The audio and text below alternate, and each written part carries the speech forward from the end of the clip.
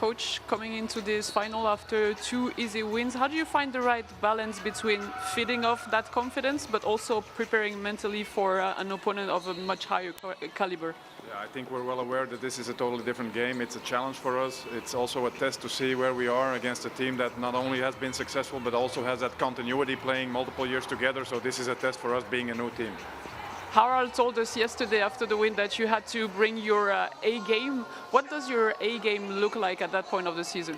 It's still early, of course. I think we've been playing pretty well so far. I think we have to do our job defensively. I think the defensive transition will be a key. And offensively, we can live off that and create, hopefully, some ball movement like we did the previous game. You mentioned the defense. They have 3 leaders that have been carrying the team in the past 2 games. Is limiting them one of the key to the game as well for you? Yeah, for sure. We got to limit their key players. We got to limit their paint touches. I think they're really solid when they get into the zone, when they create kickouts and create open looks for their shooters. Thank you very much. Good luck today.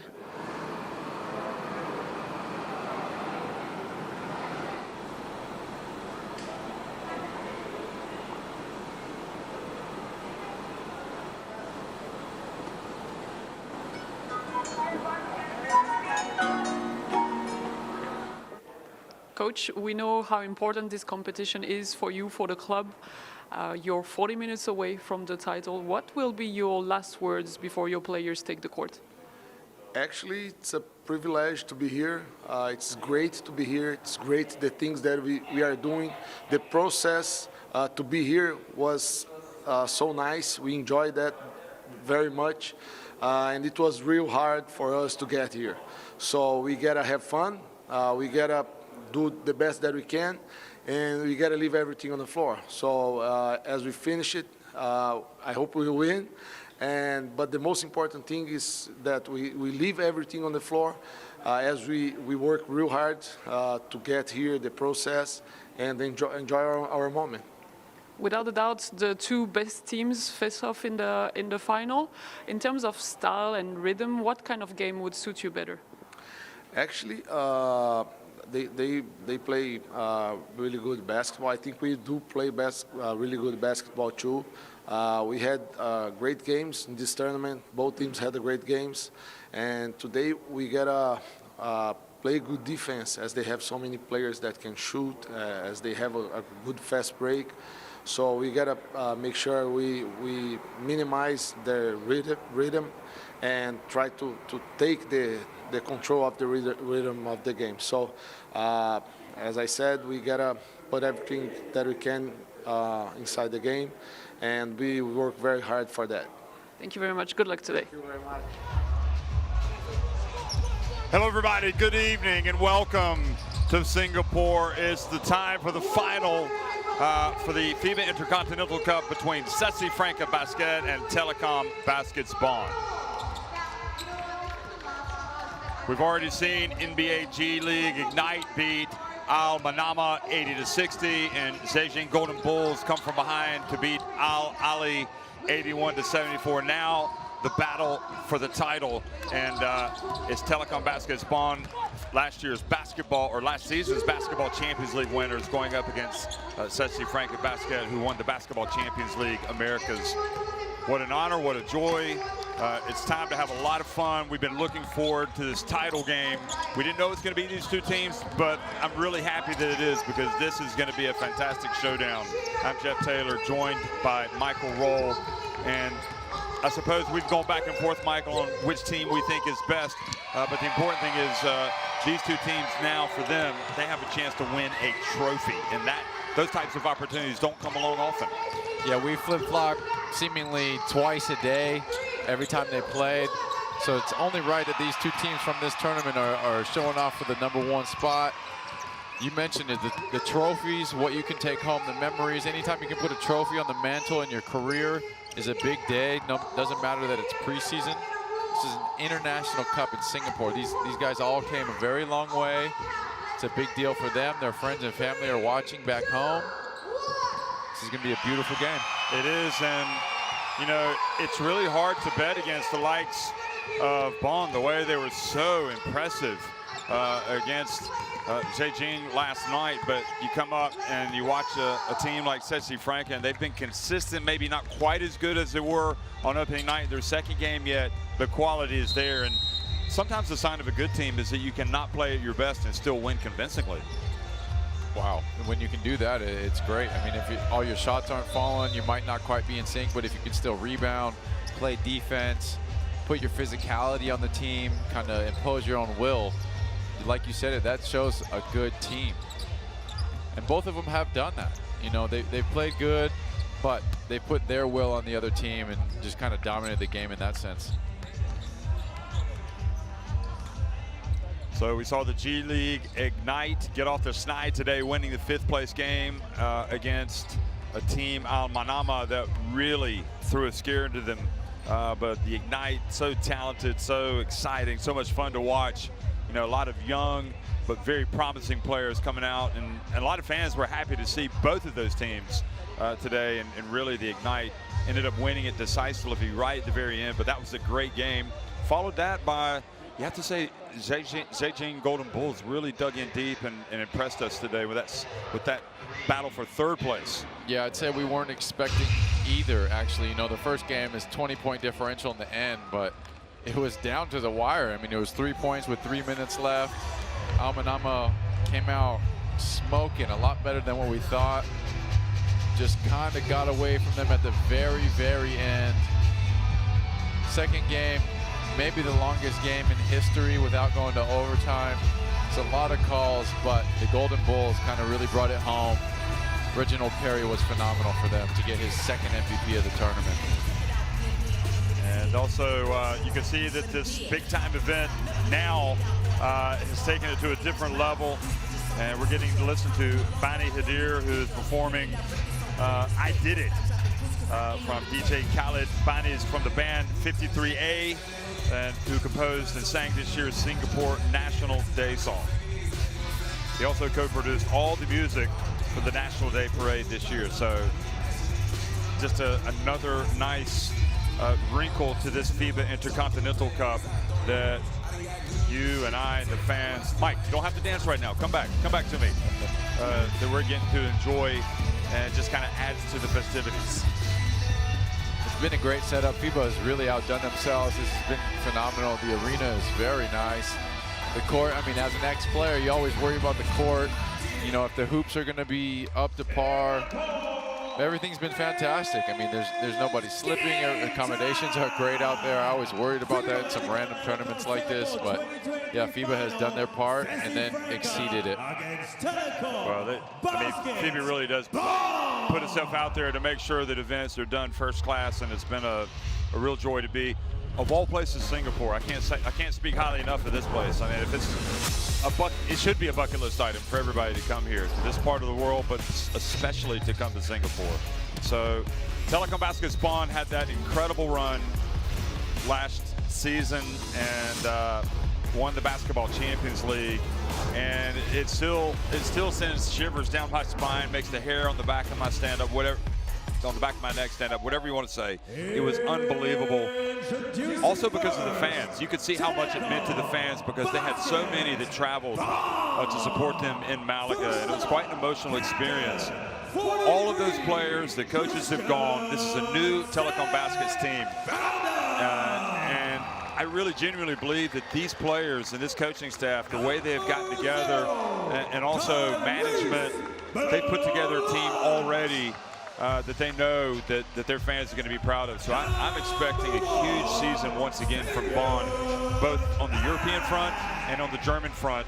And there's not a better way for them to go into this season than to come out with a trophy here in Singapore. Yeah, credit to the front office, the GM, the coach, Roel Morse. He's also new, so the staff is new, but to get 14 players who have never played together and to come out and execute the way that they have in, 4 or 5 weeks of preseason training camp, an injury to what is considered maybe their most important player, and he's not able to play. And for them to come out and execute, look the way they have, be as positive with each other, they're showing that they're enjoying each other, they're having a great time. It's been impressive for the whole organization of Telekom Basket's Bonn.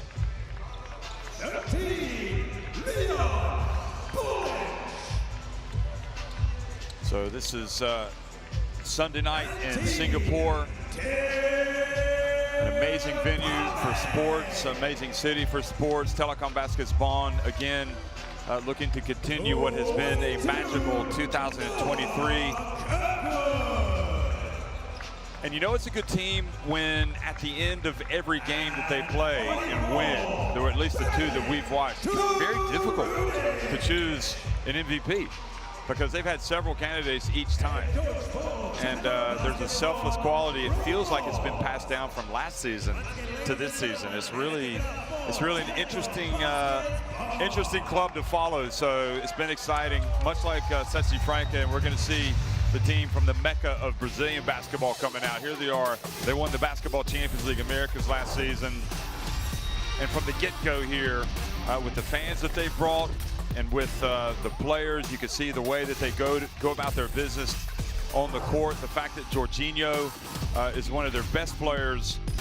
He's going to be playing for Ulm in Germany, in fact, this season. But he made it sure that before he started his Ulm career, he played in this FIBA Intercontinental Cup with Sesi Franca. And I think that says a lot about him, but I think it also says a lot about the club and also about Ulm. You know, they're going to be proud of him if he can come out and win this title.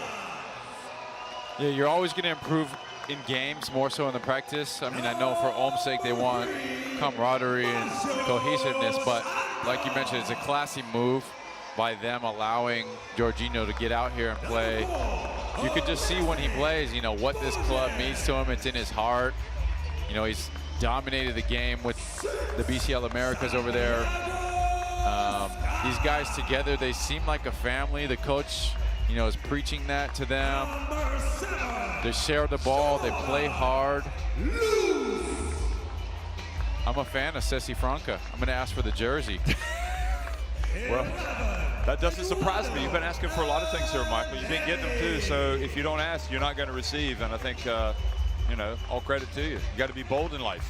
You got to go out and take it. But it's a roster very similar to Bonn in that you take the guys off that start and you bring new guys on, and there's zero drop-off. Might be a change in style or change in contributions. Yeah, specifically Bonn. We've talked about the 2 point guards, Frey and Glenn Watson. Completely different styles, both very effective in their own right. Frey, more of a team leader, kind of pass-first guy, will shoot the open three when he's necessary. Glenn Watson, very dynamic scorer, great at the step back, and kind of get in the lane. Maybe a little bit more of a one-on-one player. So it's a nice addition for Rule Morris to have two emerging different styles that you can go to.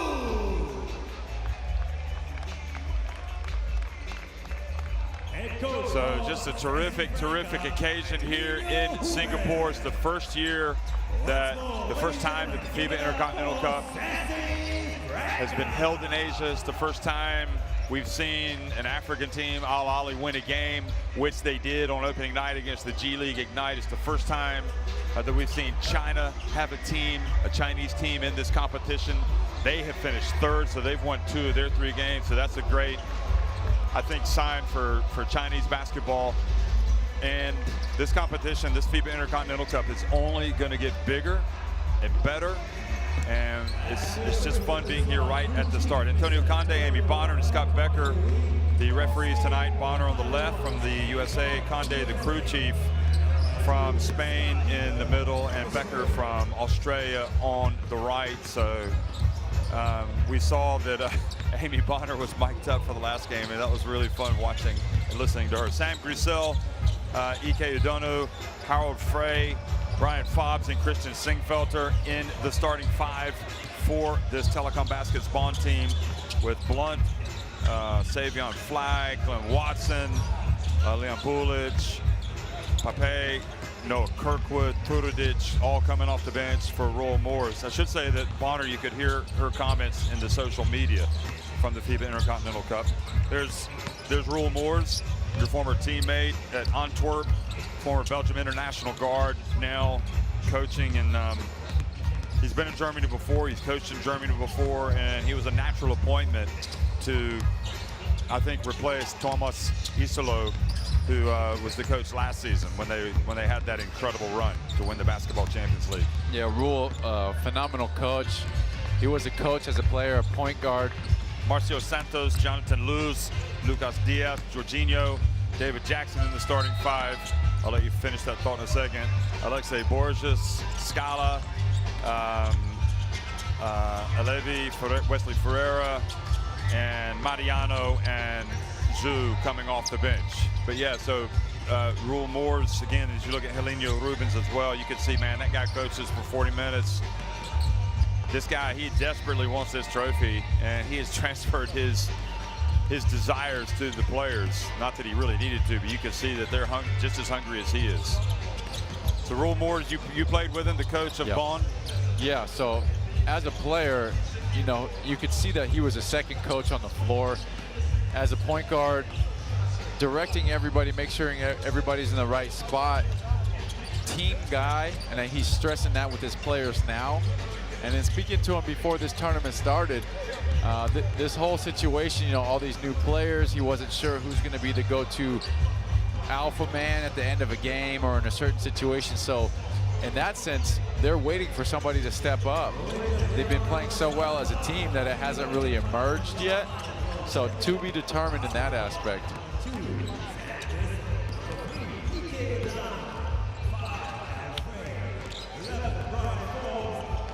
Not sure what's going on here as we look at the warm-ups here. We're looking right now at the pictures from the end of Sesi Franca, but there seems to be some moisture that's dropped on the floor. They had the fire blowing for the pregame, and it was spitting out whatever, the alcohol to burn it, and it was spitting onto the floor, so it's a little slippery right now.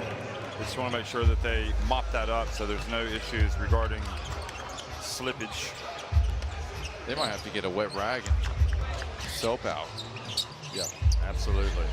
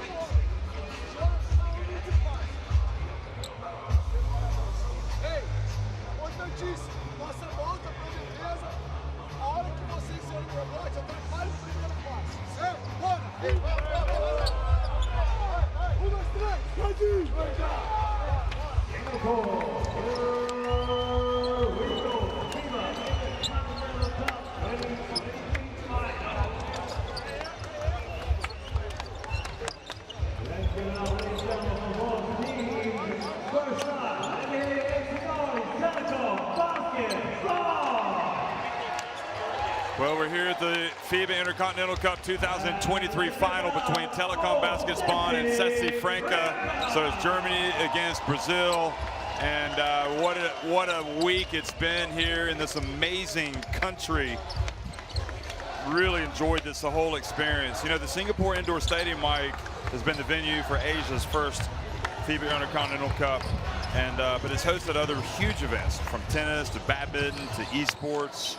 The international entertainment like Westlife, Backstreet Boys. I know you're enjoying that. And then family, you know, you've got 2 kids. Disney on Ice, Singapore Indoor Stadium. It's located here in the Singapore Sports Hub, the destination with world-class infrastructures like the iconic Singapore National Stadium. It's the world's largest free-spanning dome, the OCBC Aquatic Center, OCBC Arena. So Sports Hub offers quality experiences for all athletes, performing artists, and spectators to enjoy. So can't speak highly enough of this place. The Singapore Sports Hub also hosted the 2023 FIBA 3x3 Asia Cup, HSBC Singapore Rugby Sevens, and the recent Festival of Football with teams like Liverpool, Tottenham, Hotspur, Bayern Munich, and a lot more. So coming here has just been terrific. There have been Coldplay's played here. Taylor Swift, one of your favorites. Makes Singapore her only stop in Asia outside of Japan. It's good news, isn't it? And this is another big event here. Thank you for that. Hello, everybody. Good evening and welcome. We are underway at the FIBA Intercontinental Cup. The final between Telekom Basquete's Bonn and Sesi Franca here in Singapore. And it is the German club Bonn that gets the opening tip. Singfelter comes out and takes the first shot, misses from the left corner. So Jorginho, who was the MVP of the last win for Sesi Franca, passes it to Lucas Diaz, number 9. Frey is a tough point guard, gets scrappy, but he's given up significant size to Jorginho. Jorginho's been excellent in the post. They go right to it. He's able to go off the glass. That's something we're going to have to keep an eye on because both point guards for Bonn are pretty small in stature compared to Jorginho. That's right. Hal Frey and Glenn Watson, and he immediately scores, banking one in. He'll be competing against them later as well. Looked like Frey got hit by Santos, and that was Dono missing a shot there. The ball goes back over to Sesi Franca. Immediately we see a switch, Griesel onto Jorginho.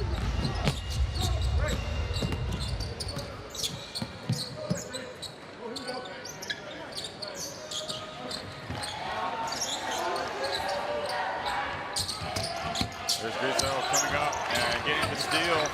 Fobbs hits it to Griesel and gets it over to Frey. He's open and he knocks down the 3. Frey shows the way.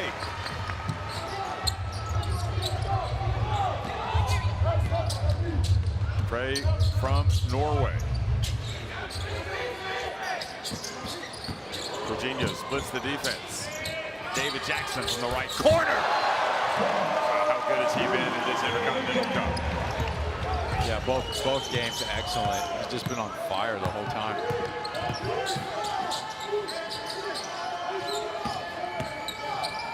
Frey from downtown missing this one. Diaz has it knocked out of his hands.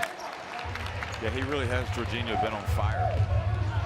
Really didn't have to have those opening flames at the start of the game. They could have just put him out there. Here he is passing it to the corner after scoring the first bucket.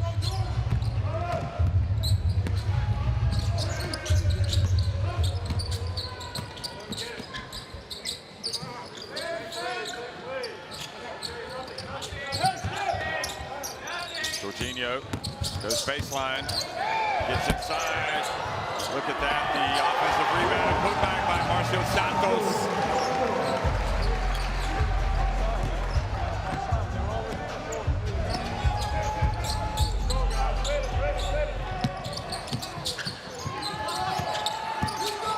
Fobbs from the elbow.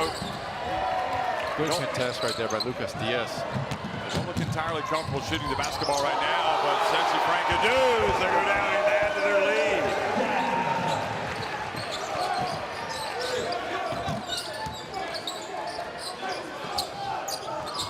Look at the coach from the Brazilian club over there.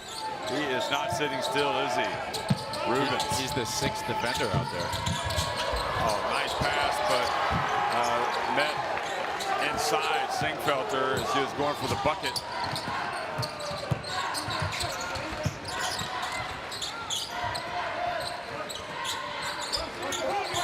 Singfelter trying to keep Marcio Santos out of the paint, and good defense. Now Fobbs. Loose, moving his feet well on defense. Griesel, he started like a house on fire in each of the first 2 games. Singfelter now. There he goes, the German international. Drilling it. Great action right there by Ike Udanu. With the short roll, stops, takes his time, has the presence of mind to look back, top of the key, open 3.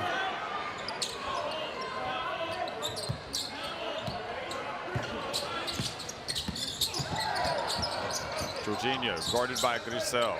Jorginho, oh my goodness, that's incredible. It rattled out. Looked like it was gonna go in. Frey.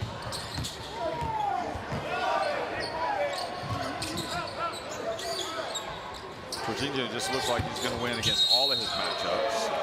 Marcio Santos seals the baseline and scores.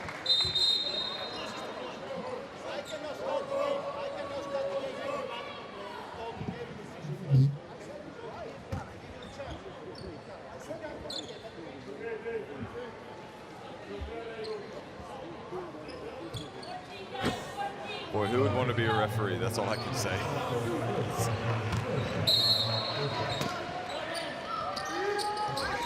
So, inbounding basketball again. He still has it. Singfelder trying to seal. There's Frey. Oh, goodness gracious. Ugano with the follow putback jam. That was almost as good as a pass. It really was. Just wondered if there was a pass. It kind of looked like he had planned for that. He saw the big coming over, just throw it hard off the glass. And this time Ugano called for the moving screen.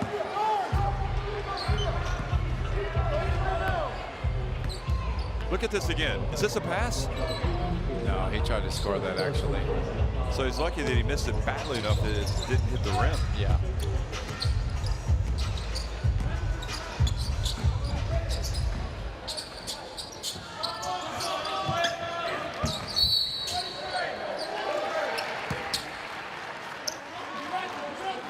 So very competitive here. You can see both teams, a lot of bodies colliding.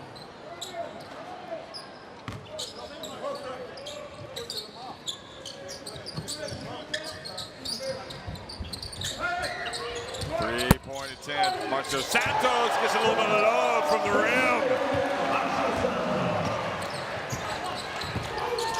5 points already for Marcio Santos. Fox. Ugano with the push. 2 quick fouls. So he's going to come out and Pape is going to come in. I think we kind of anticipated this being a physical game. And it has definitely lived up to that expectation. 5.5 minutes in, one of the more physical players in the Bonn team is going to have to take a seat, Ugano. So Pape comes in. Interesting, Savion Flag not yet in the game. He's going to be a tough competitor.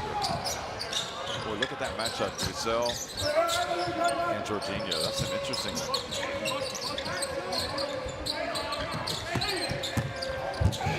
Jackson has it knocked out of his hands.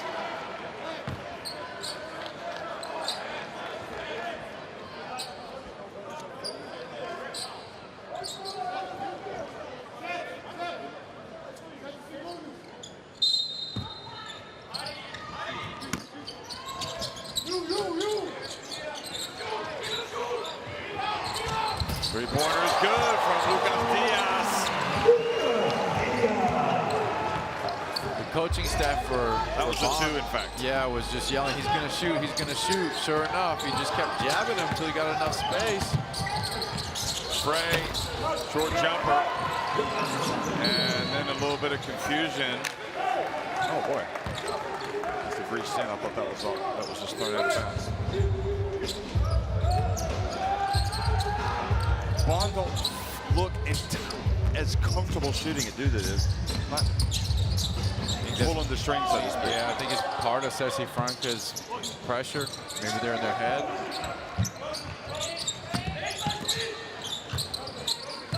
There's Lucas Diaz With the repost. I love that. going up. Good job, Singfelder.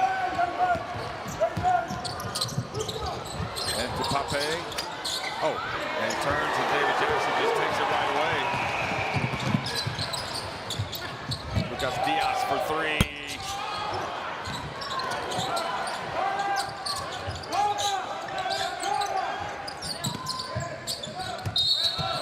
Traveling is the call. And again, you know, it's a 40-minute game. Substitutions are going to be important. You know, the guys that come off the bench are going to have to play well. You feel that intensity, but so far you have to like the way Sesi Franca have started.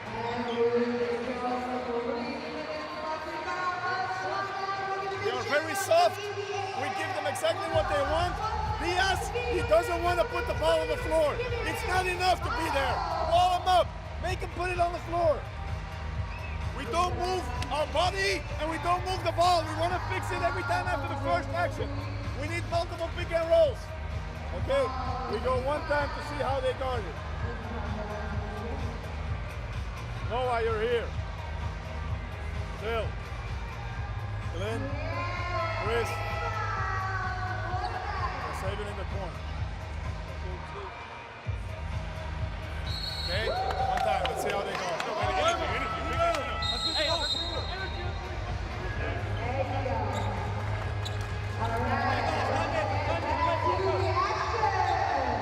So 3 more makes inside the arc for Sesi Franca Basquete from Brazil.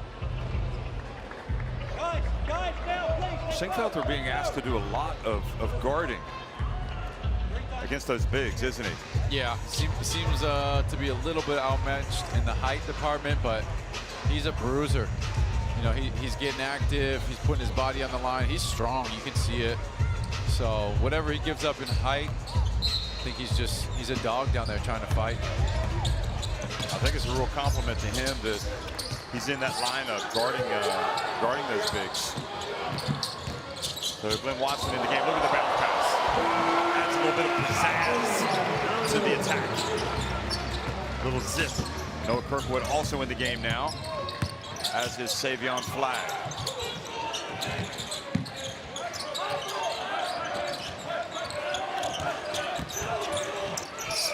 Boy, tough drive from Marcio Santos, playing like an MVP right now.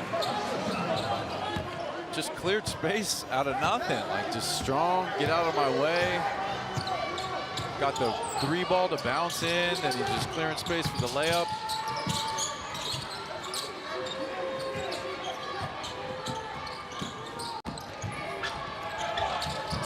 And Savion Flagg with the rebound, going back up. Then Watson's able to get it.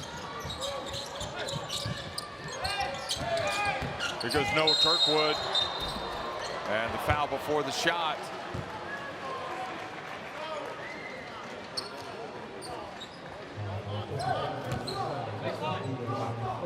Look at that replay.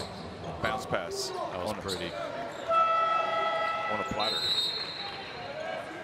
And then this was Marcio Santos, as you said, clearing space out of nothing. You know, Pape was guarding him pretty tough there, and then all of a sudden Santos just kind of drops his shoulder, and Pape was out of the picture.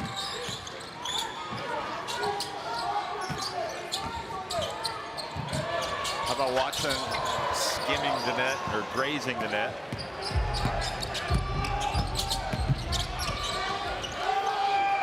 Three-point shot, off target. Kirkwood with the rebound. He can rebound and run. Look out. Here comes the Canada International. Turdich was the excellent hustle last game. He's looking to post up down low, but Glenn Watson. Pape. You know, Brazilian teams loose. And look at that. Jorginho and Santos, just such big, strong defenders. Yeah, that's the connection that they have right there. They just know where they're going to be at all times.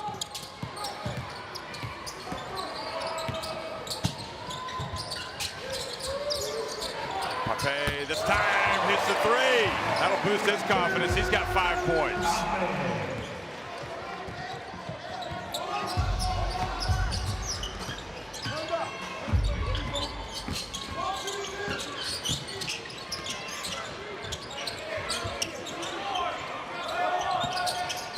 Jorginho. Quick pass to the left. Slick pass to the left. Here's Flagg. Oh, trying to pass it to Amy Bonner. Gives it back to Sesi Franca, who will essentially have the last shot of the quarter now. Coach Moore is very upset right there. I mean, you have to have a good possession. You're down 5, you get the rebound. There's just no point to push the break there for nothing.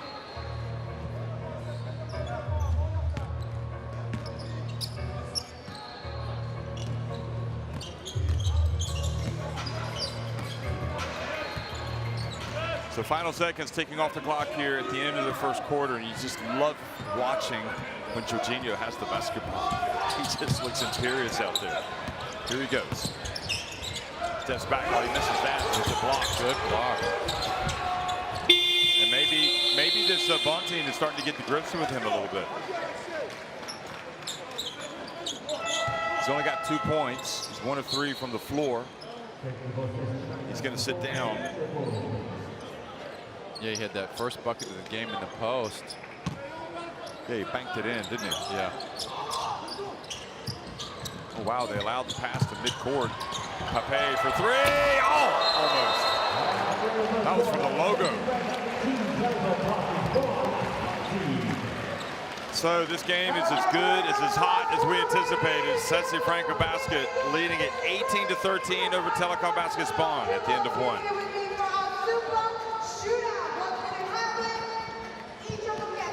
Wow, the defense is tough, isn't it? Just 13 points for Bonn. Neither team has been to the free throw line. Yeah, 2 of 10 from inside the arc for Bonn. A couple of very short, almost error balls. I think the length of Sesi Franca is getting to him. That's what we saw in the first 2 games. Sesi Franca able to impose their will on the other team. They've been doing it so far.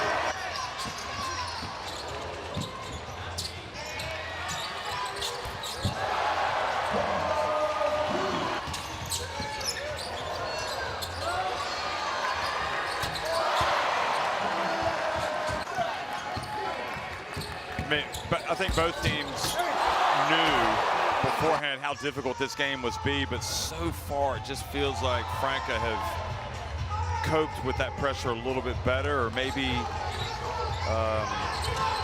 they've settled more easily into the game.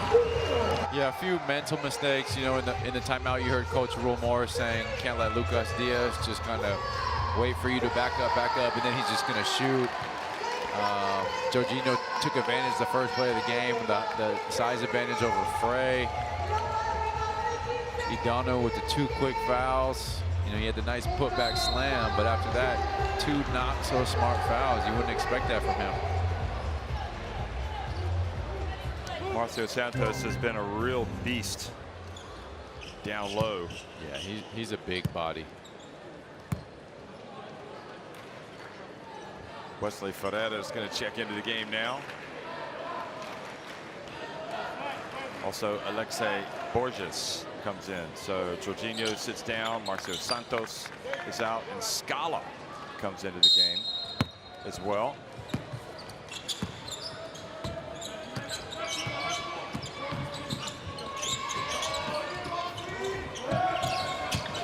So here's Jackson.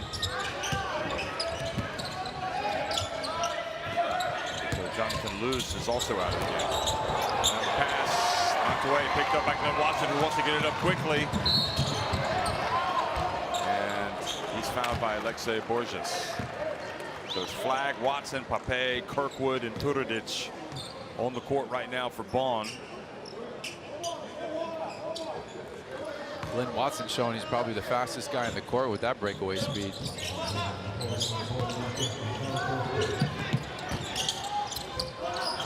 Pape open.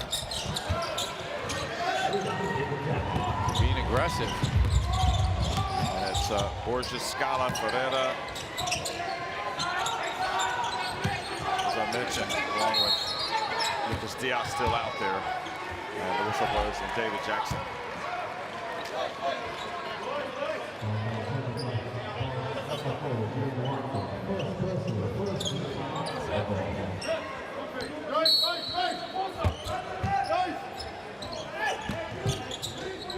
Coach not agreeing with that call, nor did Watson, nor did you. I did not. I was watching it actually because I was pretty impressed by Glenn Watson's ability to get around, use his footwork, front the post. I thought it was pretty good textbook defense.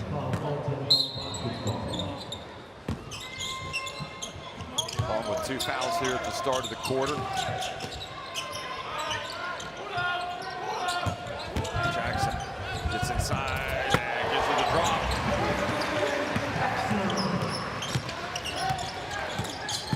Kirkwood feels the defense. Stays all the way. Falls his way up and did all the hard work and then missed the layup. Look at Kirkwood reaching around, knocking it away. And good recovery defensively.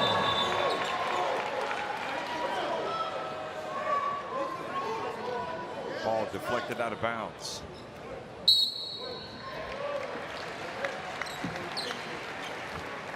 Moore is looking a little frustrated. Rubens also, you can see, he's living and dying on every second of every play.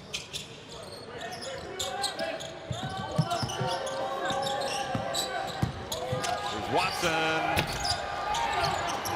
And the ball rebounded by Bonn. Watson again, gets it up. Oh, goodness gracious. They're going to count it. The wherewithal to just shoot it after you hear the call without dribbling one more time. Look at this. Alexei Borges. The whistle blows. He hears it. He goes up. He makes sure that he gets it up. Gives it a chance to go in. This is great control of the body. Yeah. He's an athlete. And bear in mind the other point guard, Frey, who starts, was the MVP of the last game, although could very easily have gone also to Watson. He was that good.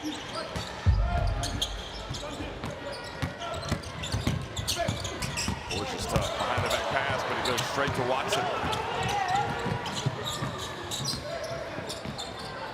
Here's Watson probing again, gets the pass to Turdic, fouled by Lucas Diaz.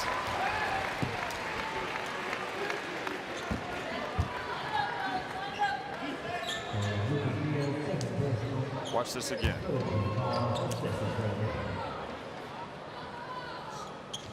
It's a correct call. Lucas Diaz coming in from behind, kind of just pushing him in the back without pushing with his hand, just his body. Turdic, the recipient of a nice play from Watson. Ball don't lie. Tell the people. Jorginho coming back into the game as Bonn trimmed the deficit to 2 points. When Kirkwood, I mean, the number of players that they can have guard Jorginho, he's going to have a tough night. Kirkwood, Grisel.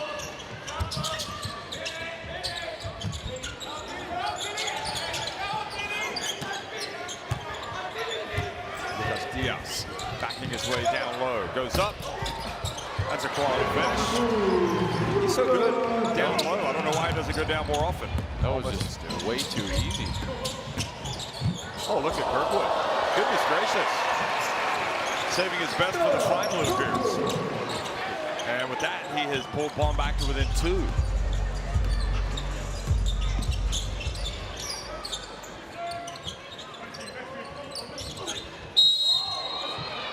Pape fouls from behind.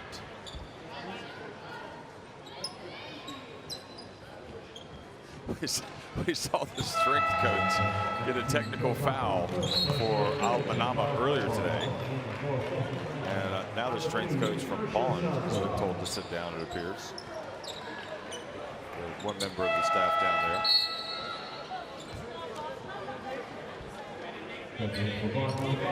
Frey comes back in. So we're going to have a 2-point guard lineup with Pape going out. So less height, more quickness. I think it makes sense just based on the Sesi Franca lineup. Offensive foul. Look how fired up Turdic is. Fouled by Marcio Santos.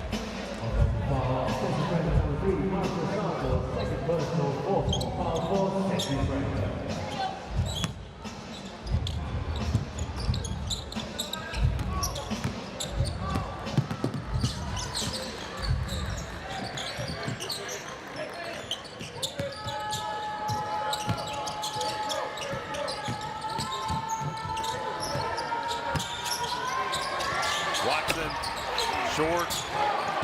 Kirkwood with the rebound. Throws it right into the hands of Wesley. Ferreira. Jorginho drives in, misses. Now going the other way, Kirkwood on the break. Savion flag, back to Watson, feet set. Oh, in and out.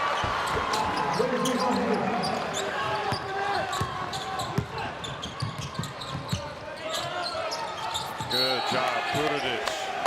Really out there scrapping. Seems to be the player more than anybody that's been able to bother Marcio Santos. Yeah, he's got the motor. Was fighting earlier on the other possession prior to this. Gets the foul call here. He gets the tip, the deflection in the post. Rizel back in to guard Jorginho.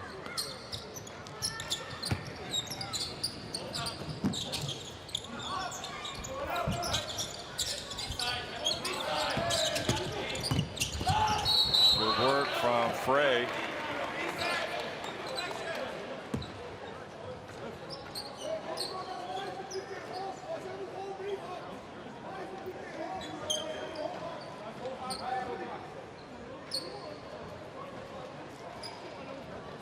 This game is so even, isn't it?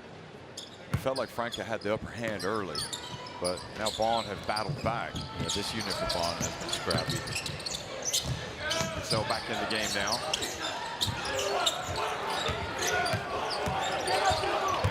Wesley backing up, then fades. And Watson quickly to the ball, loses it but gets it back. Frey back to Watson. Oh, bounce pass to Turudic. He gets it back outside. Grissel. That's more like it. And Sam I am puts Bonn in front.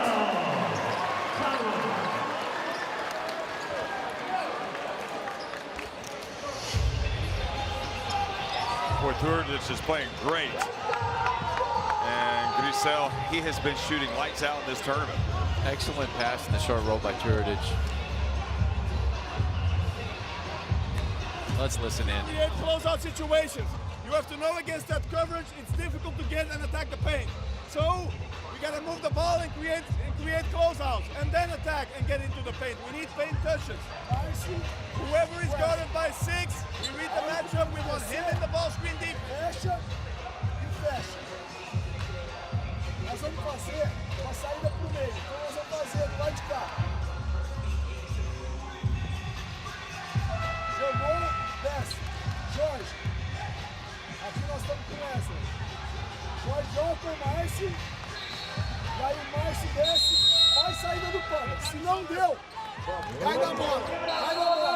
Ei, para a gente jogar. Faz saída de novo. Não esquece da entrada do pick and roll, de fazer a bola rolar. Here it is, the Singapore Indoor Stadium. We talked about how many great events come here, and this is the first year for the FIBA Intercontinental Cup. And it's an event that's going to get better and better. It's going to be here the next 2 years at least. And we're just really excited to be here, as are all these players and teams.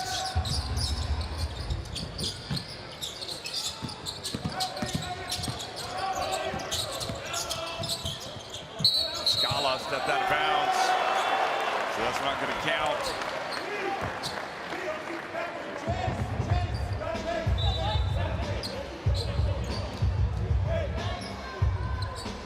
Jorginho talking about how he's being defended.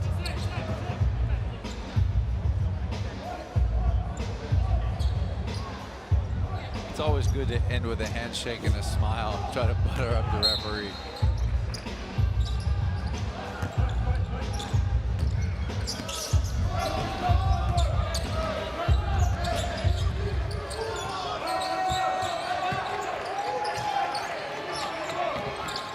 There's Watson.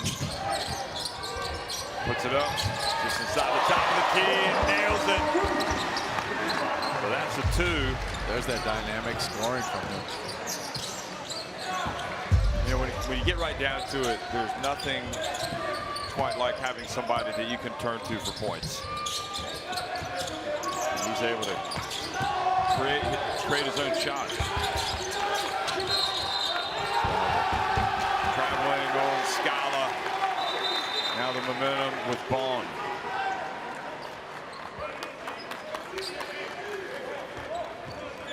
So Rule Moores has been able to get the lineup in there that's been disruptive enough. So defensively, Bonn playing well, and they're making plays at this end as well. So low-scoring game so far. Here's Watson. Oh, good effort, and there's the putback, and Grisel misses with the putback.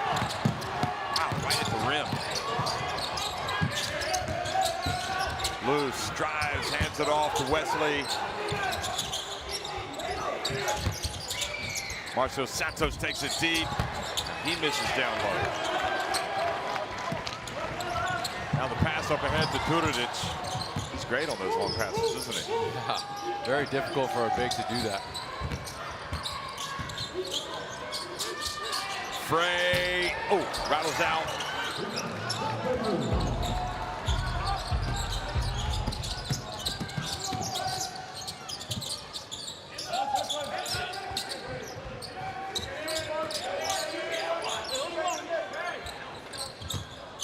Jorginho trying to back up Frey. And gets the foul called on Frey. It's always difficult for the shorter player in that situation.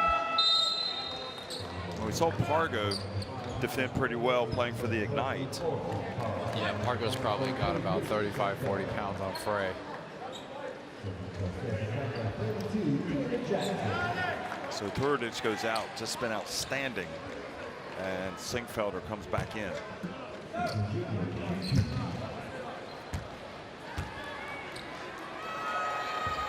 So Jorginho makes the first.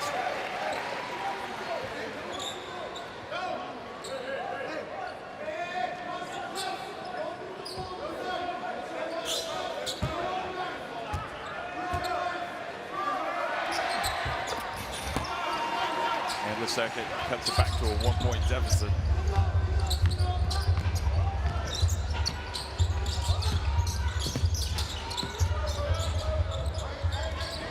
Savion flag.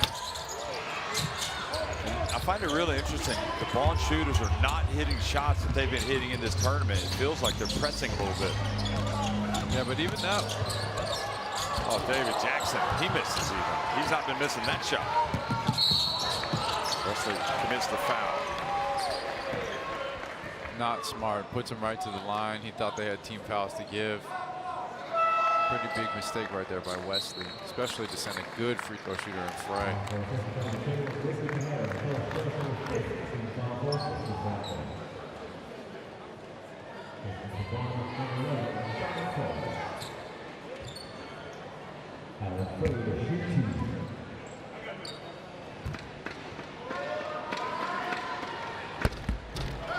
Frey now, he misses. Rattles one out.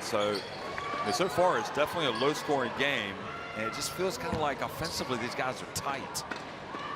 I think we're going to give credit to the opposite team. The defense has been trying to push really hard. It's that 110% effort in a championship game.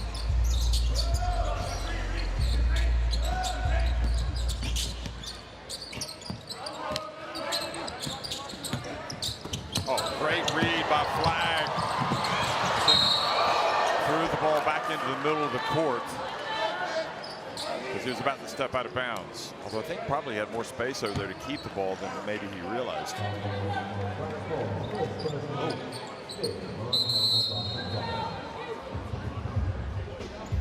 Bob's with the tackle. He's built like a linebacker, isn't he? And Yabuse, they look alike. Wow. They're not quite as tall.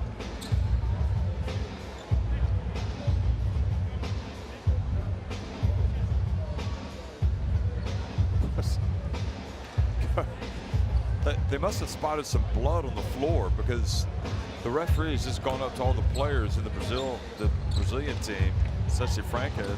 Let me see your arms. He's looking for blood.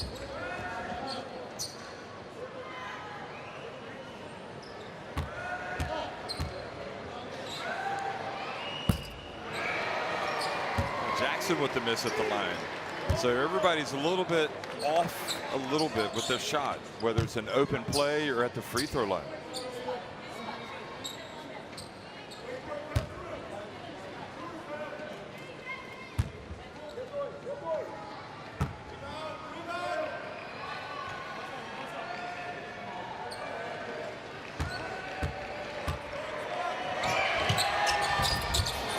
and when it's good.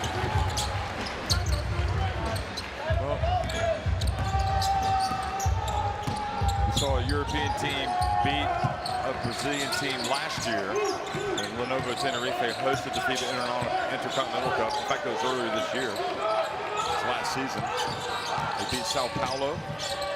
Here's Singfelter, and Singfelter makes the mid-range jumper. Once again, it's Europe against Brazil. This time, though, a team from Germany, Bonn.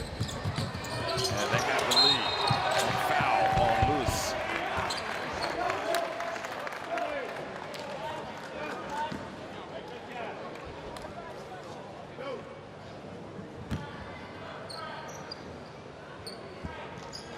So that reach puts Frey back at the line from Norway. Can you name any other great Norwegian basketball players? I can't. Me neither. Nor I. They must be there. But It's too cold to play hoops. no. Well, certainly Frey has just proved that myth. He's excellent.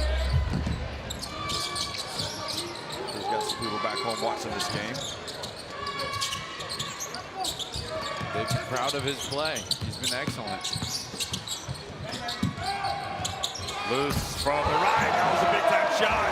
Getting back to a 1-point lead for Bonn.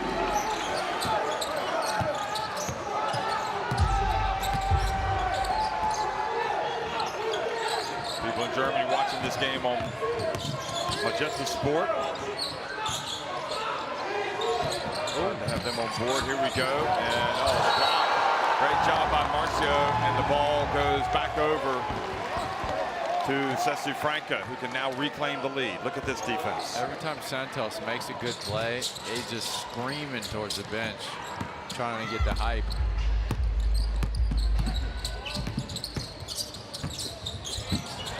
Jorginho, loose again. Will it be 2 in a row? Yes, it will.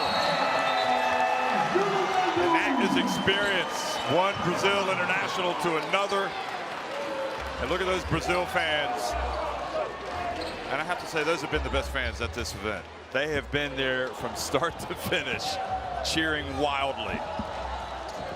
And they're easy to spot in the crowd. We cannot let Jorginho turn the corner. We have every time the same problem. If he turns the corner, we got to be ready to rotate from the high guy here. We cannot let Seven get a shot off. We got to be ready to rotate if he has a deep drive, okay? Be ready to beat that zone, to beat that press. If we go zone, read, no matter what the call is, read where they're pushing him. If they're pushing him to the inside, just make a regular screen. Make it a regular screen. We draw this guy, we have this guy open, okay? Let's go, guys. Hey, let's go. Hey, energy on 3, 1, 2, 3. Energy.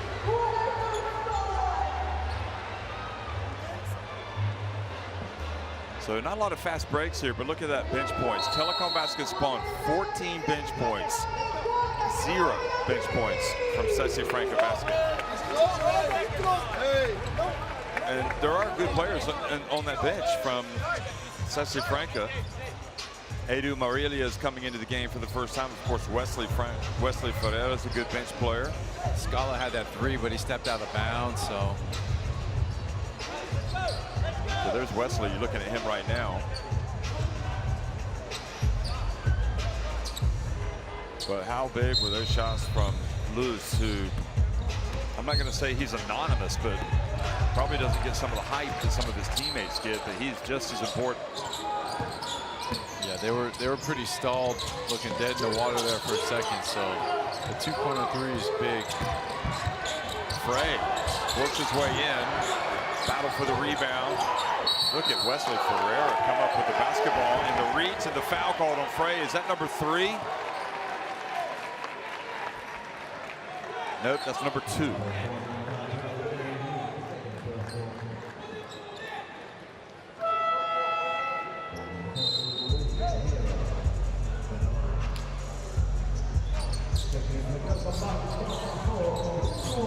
They're watching this game on ESPN and all over Latin America, so that'll be Brazil as well. And Frey has to go to the bench when Watson checks back in.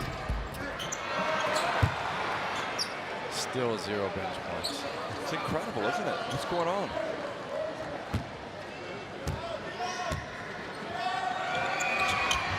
Fine. To get a bench point.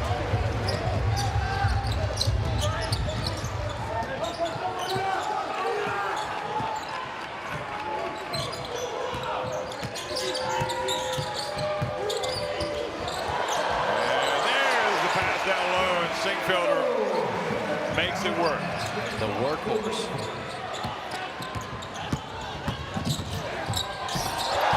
The throwdown. More bench points, this time from Edu Marilia. There are those fans we're talking about.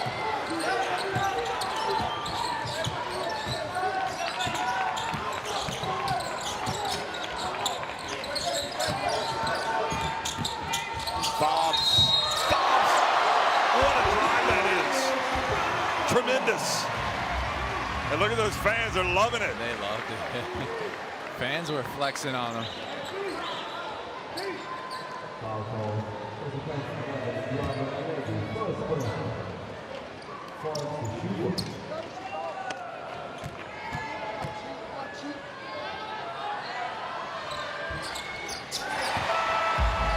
Well, Fob steps up just like Luz stepped up for Franca. And once again, we are knotted at 34. Look at that throwdown from Edu Marilia. And then Fobs. This is an extraordinary finish. Look at this. The English. Yeah, get small. Just fit through the 2 defenders. Finish with the left.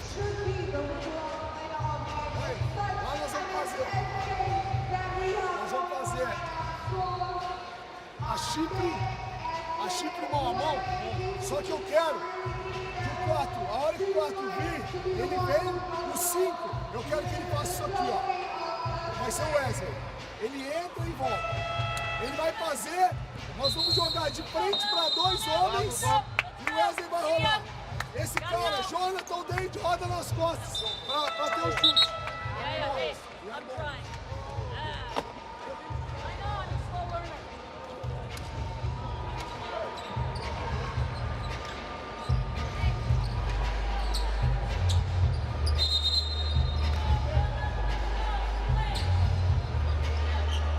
Well, Savion Flagg, one of the many players that's going to have to step up and make plays tonight. We've seen so many for both teams do it, and that's why we're knotted at 34. It has been a terrific final for the FIBA Intercontinental Cup. A battle between Germany and Brazil, Europe and South America. Just what this competition is all about. Here is Jorginho, the Brazil international, coming up short. Now Noah Kirkwood, the Canadian, has it.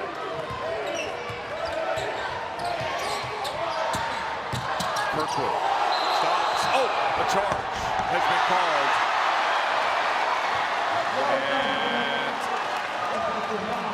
And with just 3.3 seconds remaining, they're going to get it back.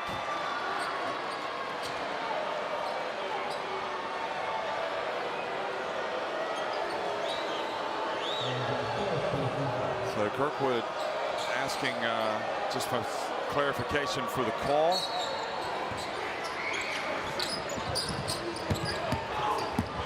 Jorginho launches it, that's off. Well, we're right where we started, knotted, and everything to play for here in Singapore. It's Sesi Franca Basquete 34, Telekom Baskets Bonn 34 at halftime.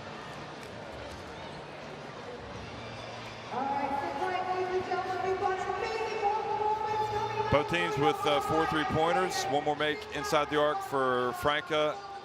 2 more free throws for Bonn, and that's why we're knotted. And 3 more rebounds for Basquete. Franca Basquete, 10 assists to 8 in favor of Telekom Baskets Bonn. Remember, the bench scoring decidedly in favor of Bonn. So Jackson has 8 points to lead all scorers, 7 for Marcio Santos. Luz has the 2 3-pointers, so that's 6. And let's get down to the court. and hear from Glenn Watson from Bonn. Glenn, we expected a high-intensity game, and it took you a few minutes to figure it out as a team, but it seems like now you're matching the level. What's the key to executing under such a high pressure? Just staying poised. I think we came out, it's a championship game. I think we was a little shaky, but I think we calmed down and got things going. We made a couple of mistakes, but I think we'll fix it second half. Speaking of intensity, you're not the biggest guy on the floor tonight, but you set the tone like you're not afraid to take on challenges. How important was it for you personally? We had talked about that. I got to be tough down there in the paint when they post me up. So I'm just trying to play hard and fight down in the paint. Thank you. Good luck for the second half. Yeah, certainly Glenn Watson, look at that behind-the-back pass down low to Lucas Diaz here at the beginning. Certainly Glenn Watson, one of the most important players in this game, but really, I wouldn't say there's one player that stands out above anybody else, and that's maybe one reason why this is such a great final. It's like a team game for both teams. The game high scorer is David Jackson with 8. 2 guys with 7. A whole bunch of 3, 4s, 5s, and 6s.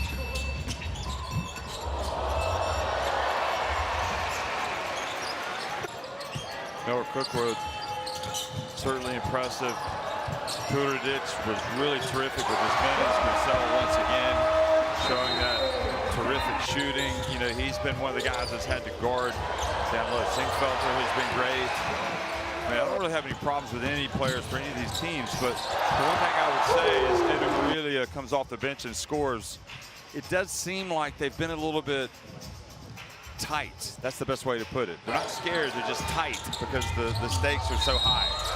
Yeah, most players play with some nerves in the championship games. The more free-flowing that a team is, I think they play more like their normal game. Only 34 points for each.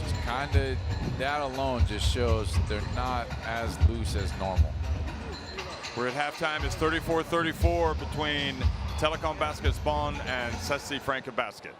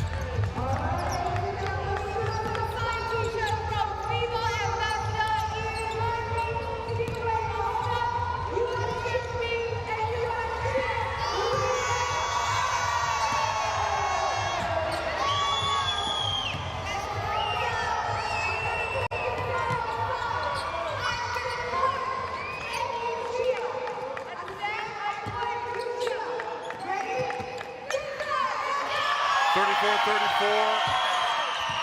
Sesi Franca Basket from Brazil, all knotted with Telekom Basket's Bonn here in the final of the FIBA Intercontinental Cup 2023, which is here in Singapore. The first time it's ever been in Singapore, first time it's ever been staged in Asia, in fact. So it's been a real fun week watching basketball teams come from the United States, the G League Ignite, to see Al Ali, and we'll continue that thought in just a second. They are, but it's still a tight game. What will make the difference in the second half? Yeah, there's a tough game. We gotta pay attention to some important things. Like we gotta minimize our turnovers and get the defensive rebound. So because of that, we gotta have more volume of the game. So we need to pay attention to that. Thank you. Good luck for the second half.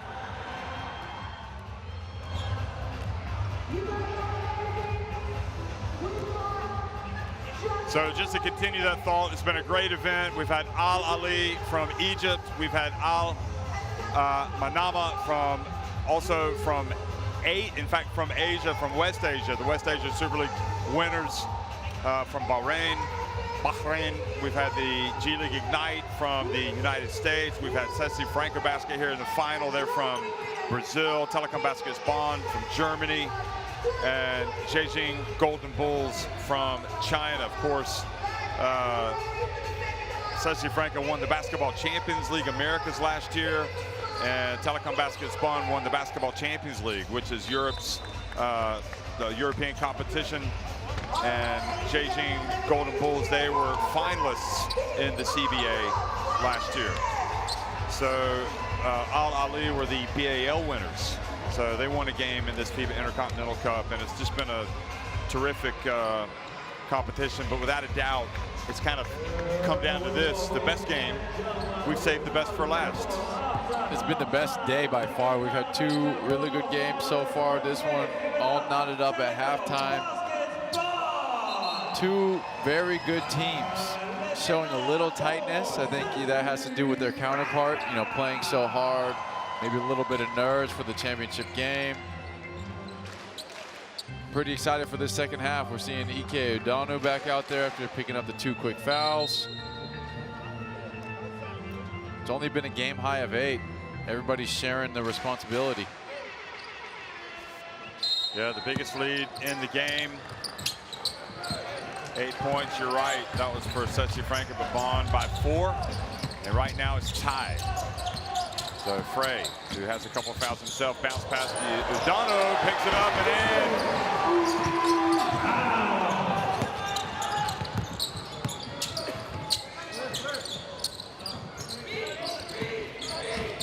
in. A lot of fans watching this game back in the respective countries. You see on the court Lucas Diaz, Marcio Santos shooting there and does not drop. Jonathan Luce, who hit those 2 big 3-pointers late in the first half. David Jackson and Jorginho de Paula. Jorginho, that's the Sesi Franca lineup. Here's Frey, and doesn't drop, but Grisel comes down with the rebound. Stays in bounds, gets it to Fobbs, puts it up, full extension, and the whistle blows. I wasn't expecting him to get to his left hand, but that showed some agileness mid-air after the contact. Yeah, you're right. You have to be agile to play in this game. He's a big body. He is. But misses the free throw, and we know that missed free throws can be costly. So far, they are now 6 of 9 on the night. 7 of 10. Respectable. Yeah, it's got to be at least 70, right? A lot better than the second game. Woo! Al Ali shot. Well, they missed 19 free throws. Ball goes out of bounds. A couple of mistakes here for Sesi Franca Basket. So right now for Telekom Basket's Bonn, it's Udonu, it's Sinkfelder, it's Fobbs, it's Frey, and Grisel.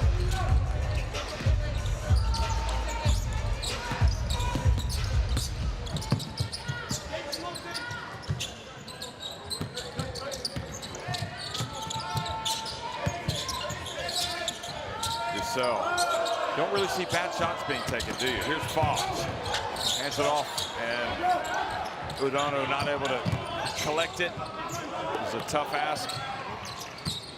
Lucas Diaz gets inside and scores. Oh. Udano backs up, smacks into Rubens, the coach of Franca, by accident. Frey with the lob. Good defense from Lucas Diaz. One of the few mistakes Frey has made in this game, but he gets it right back. Oh, almost. and he loses it. And Sinkfelder whistled for the foul on Jorginho. Frey had it. Did he just slip? Well, watch. Okay, well, this is the previous. Do you like that drive? Yeah, that was great. Udano, hopefully the camera stays on, because when he backs up, he smacks right into the coach. Okay, we didn't see it. I think he knew what he was doing. That was one of those oops moments. Yeah. No, I don't think so.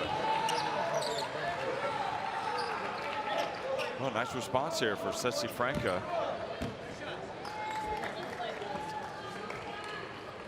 Here's Diaz again. So Diaz really trying to go to work down low rather than to settle for those jumpers. Yeah, it seemed like he lived outside in the first 2 games. Yeah, I mean, that's his specialty. That's what he likes to do. But we have seen he's very effective in the paint. He's a big body. Yeah, he's very, very tall. Not so much lean, yet he is mean.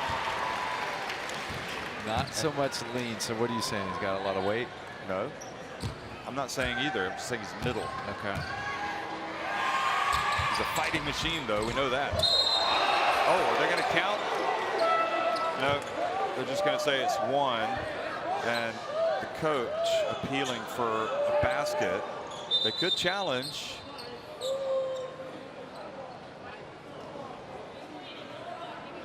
Oh, boy, that's a nasty cut that Frey has. That's a couple days old. Oh, no, he's got a couple. Oh, yeah, he's got a nice strawberry. The one on his forearm, that's from the first game. But the one he just got, yeah, that's nasty. Antonio Conde having to explain. Ooh, going to deep conversation. That is a bloody mess right there. Jeez. And oh, look at that. It's the winner of the shooting contest. It's Pedro, who was at the Basketball Champions League Final Four, you might remember, earlier this year. And he had a minute to make a layup, go to the free throw line, make that. Then he had to make a 3-point shot. Then he had to make a shot from midcourt. And he did it. And the prize was a trip to Singapore. And that's him. Where can I sign up for this? I want to try. Well, get him on the line. Maybe at the next Final Four. Get him on the line. Basketball Champions League Final Four. Can I come out of the booth and then try? You could indeed. Maybe Pedro could take your place in the booth while you're out there. He could call it. It's up to you.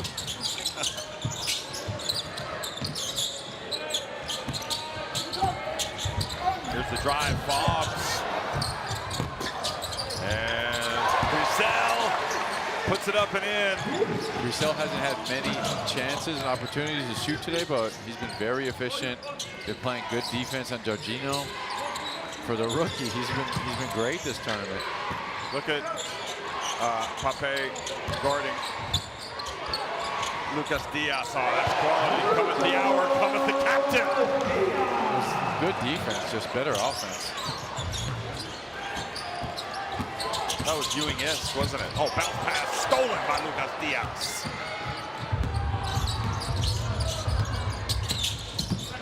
Sesi Franca starting to build some momentum here. Quick pass down low. Marcelo Santos this time. It's a knocked out of his hands. Look at Roussel laying out, trying to get the basketball. That's what it's going to take. And they're actually going to keep the ball. They're saying the ball went off of Sesi Franca. Every possession so valuable. Oh, just watching Udano, he went to the bench, said, let me guard number 9, Lucas Diaz. He's been hurting him, so Udano wants that matchup. I think Rule Morris consented and gave it to him.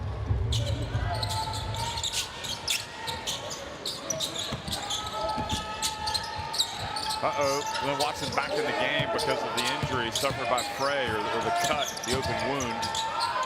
Fobbs, tough shot blocked by Marcio Santos. David Jackson stopped as he tried to push it quickly. Okay, they're trying to post up, and Glenn Watson called for the foul, taking Marcio Santos's feet away from him.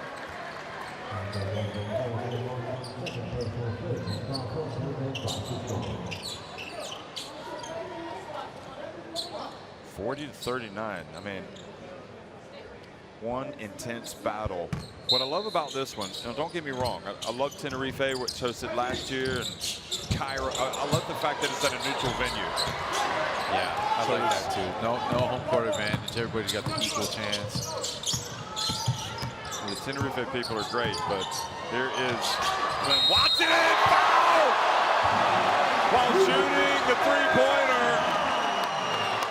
Huge play, an MVP type of play. Lucas Diaz not happy with the call. Taking away his landing space a little. That's tough. Look at this again. He's got to be able to land. He jumps forward. He does, but still. Lucas Diaz not even outside the three-point line. That's a tough one. Do you ever jump forward at all? Do you land forward from where you take off when hitting the three? Hardly. Even if you're hitting a runner? Not really shooting runner threes all that often. Well, you just got to say that was clever. That was clever, but Glenn Watson's more of a big jump shooter from his three. He's got to really get his legs into it. Well, four-point play, no matter how you slice it, is a massive play in this game.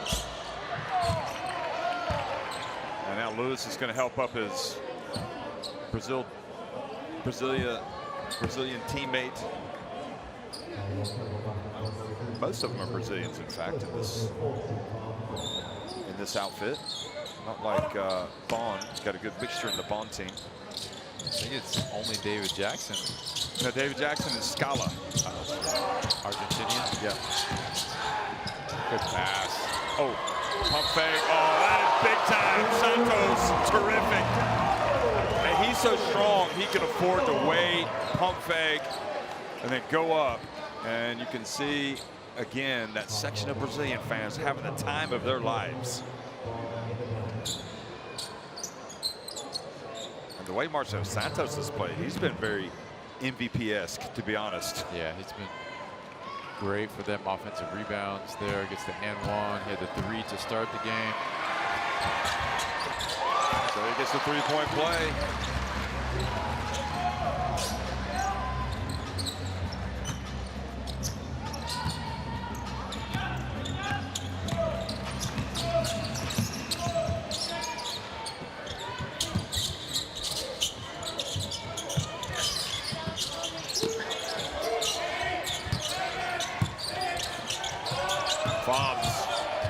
Puts it up. Lucas Diaz with the rebound. We're knotted. Jorginho on the break. They pass it to Jackson. Marcio Santos, gets inside, follows up the miss. He's going to go up. He tries to dunk it. He misses. And Grisel with the rebound.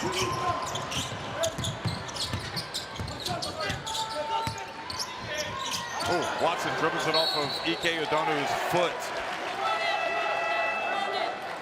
You don't see that often.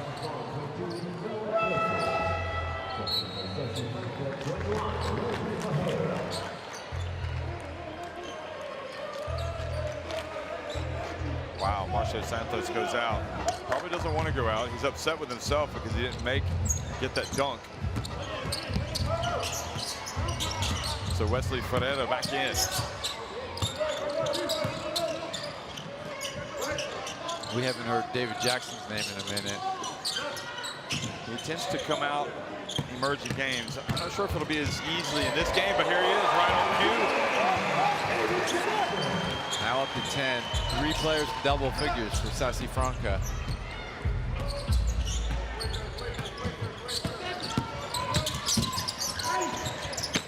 Noah Kirkwood, his pass bat away into the lane. Lewis gets it, goes all the way. It's a 4-point lead for Franca.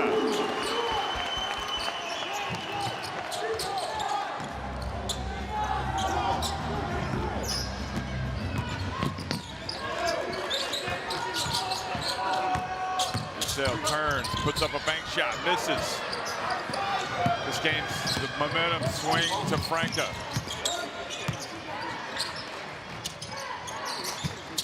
Jorginho explodes into the paint and is fouled. Great move by Jorginho just to go right away, not wait for the defense to get set up. He had the mismatch, gets to a strong left hand.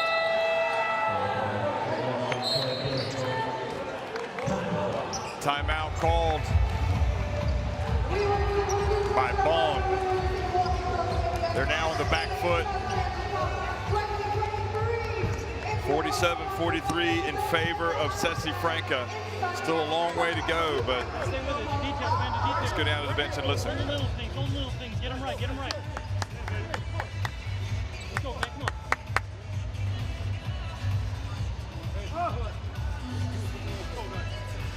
Guys, we are soft. We let them out hustle us. Gagging.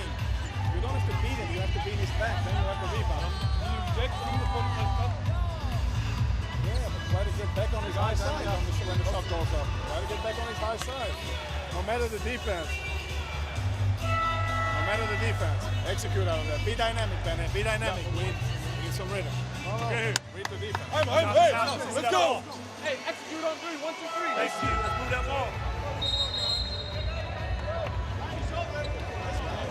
Love seeing the young fans here watching some basketball. Look at all the fans courtside and going up along the sides here in the Singapore Indoor Stadium. This famous, very good arena for so many different things, including concerts, other sporting events.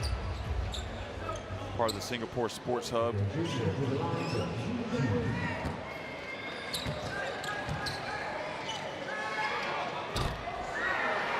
And Jorginho misses the first. Hasn't been quite as sharp tonight offensively as he has been. We have seen way too many missed free throws today. Yeah, it's not something that you want to see unless you're a Bonn fan right now. And that takes it back up to a 5-point lead. Edu Marilia checks back into the game, and Lucas Diaz goes out. And again, it's bench play so crucial. And Frey back in the game, having had some stuff put on his arm to stop that bleeding. Hopefully it's not going to reopen that wound.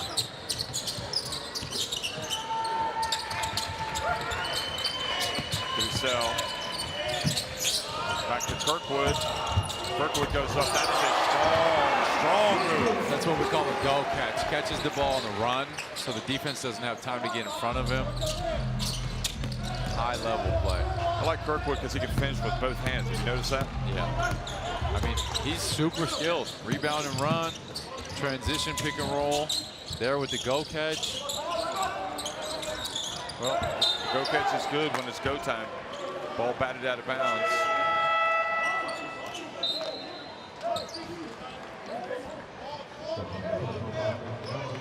Savion Flag has been pretty quiet tonight. Could be time for him to step out.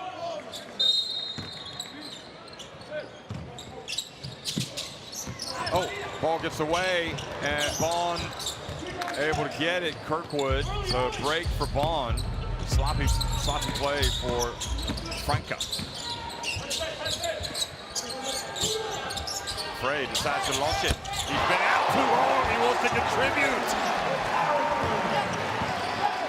He ties it at 48.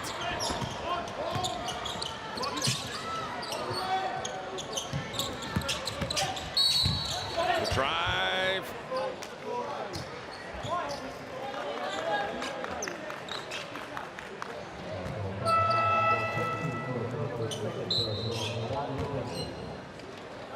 So that foul on Pape.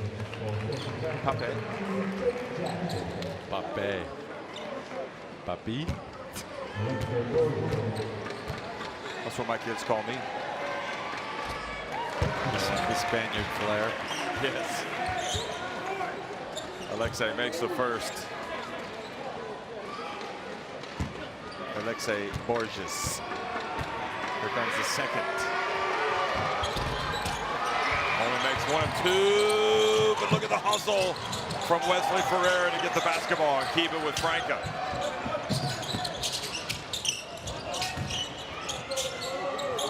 Franca surrounded, puts it up and in.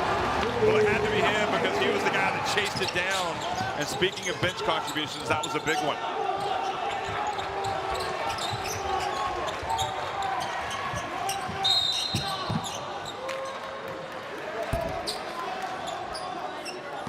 So that reach is foul number 4 in the quarter. Look at Wesley Ferreira. Yeah, how do you get a bucket out of that? I don't know, but he rung it up. Did you see that? Yeah. With his right arm. Frey pulls up again. Alexei takes it away. Boy, looking to push it quickly. David Jackson, right corner. Ooh, that would have been a huge basket. Look at Ferreira battle. Wesley Ferreira has been terrific.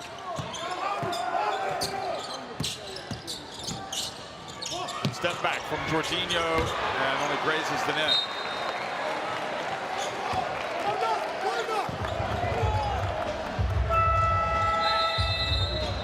And he's going to come out for a second. Man, as a shooter, if you shoot an air ball and then you get subbed out, that is hurtful. Is that because, is the coach doing that because he thinks he's tired? I really don't know why you would do that. At least wait to play so you don't embarrass him. Yeah, true. Frey, boy, powerful. Look at that. Tudorjic. Scrappy. He brings his hard hat every game. I mean, it's one thing to do it against Al Manama. It's another thing to do it against this Sesi Franca team.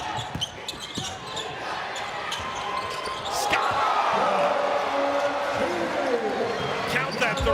Back to a 4-point lead. Bounce pass. Tudorjic. They scrap. Franca come up with it. Final 30 seconds of the third quarter. Scala goes in, gets blocked by Kirkwood, but fouled. That's a fail in the pick and roll coverage by Tudorjic, not really showing, not in a drop, kind of in no man's land twice, gives up a 3, and then the tough drive. You see, where's Tudorjic? Nowhere to be found. You got to be up at the level of the screen or in a drop. And he was in the middle.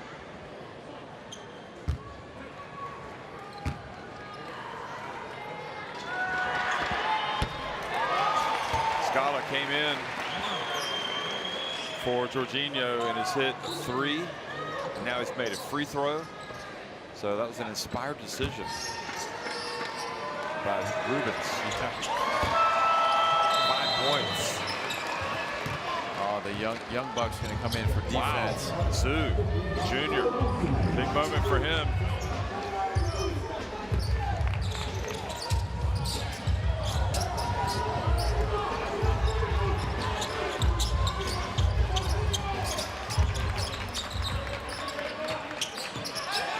Sue just 20 years of age. Trying to stay with Frey. Frey passes back to Kirkwood. Doesn't settle. Gets it to, oh boy, Pape goes up for the rebound.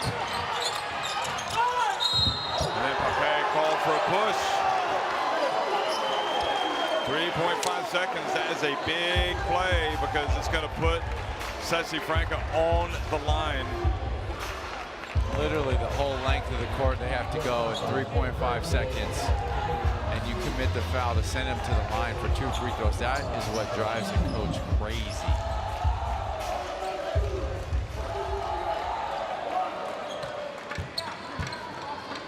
Do you think he's not thinking of it in those terms when that happens? Who, Pape? Yeah. I mean, I think he was, it's a somewhat loose ball. He's trying to get the steal. You got to have a better judge on the ball, though.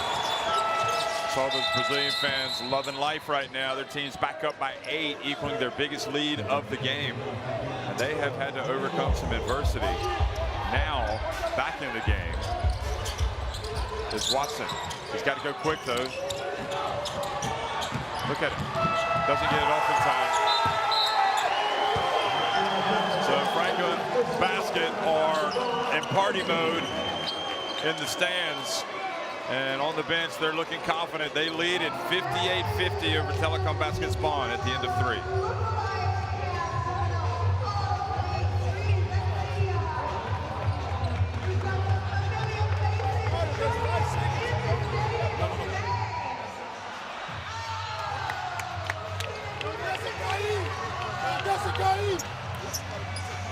You can look at the numbers. They've hit one more 3, but with 5 more attempts. And 3 less makes inside the arc for Bonn.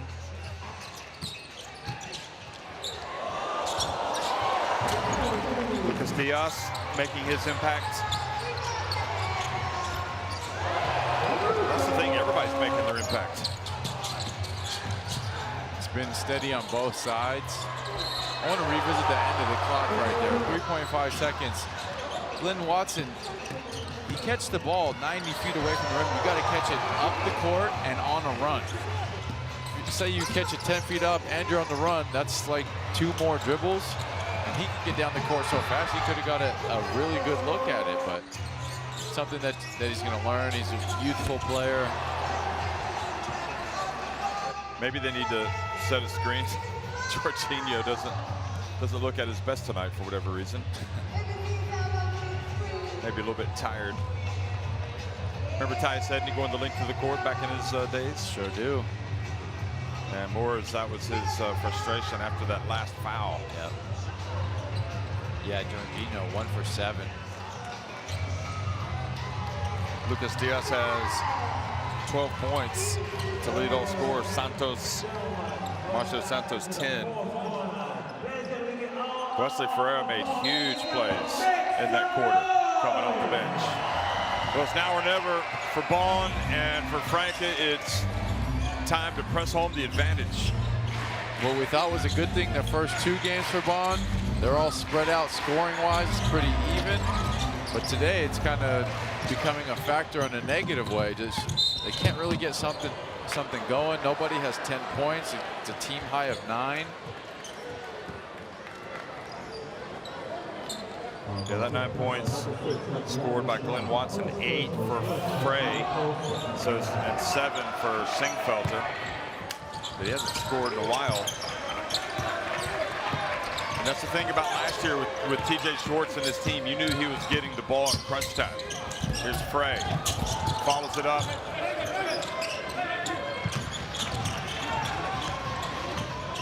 They are up against it right now, down 8 to the Brazilians.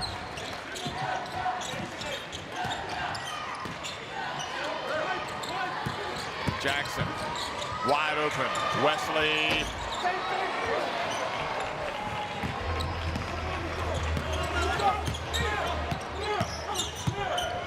Kirkwood trying to make something happen here. Turns, puts it up. He's just confident, isn't he? Yeah, very nice. Told everybody, get out of my way. I'm about to shoot this. Took advantage of his size. 6 points, 4 rebounds, 2 steals for Noah Kirkwood in just about 12 and a half minutes, or no, 13 minutes now. And Frey whistled for the foul.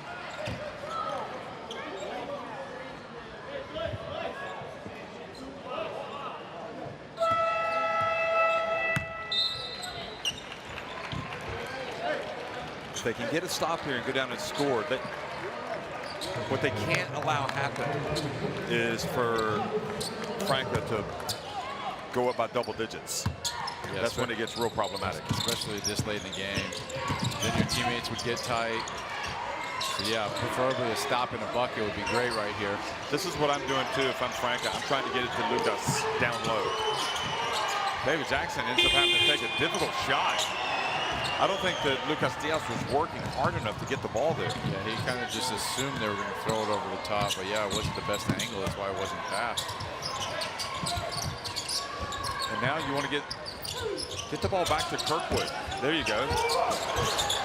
Oh boy, he passes it out to Grisel, and he's fouled shooting a 3. Wow. Nope. Oh no, it wasn't. It was something else. Yeah, she called it down below. Something happened in the paint. That would have been a big foul.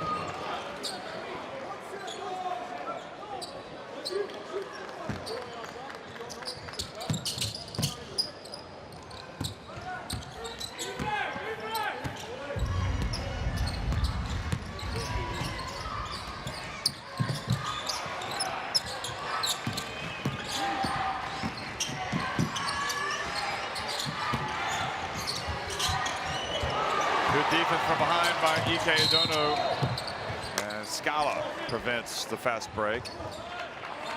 Just looking to see what that call was at the other end. So it was on Ike. Personal foul on Jackson. Yeah. Rubens, what's going through his mind? Can his team get to the finish line? Up 6.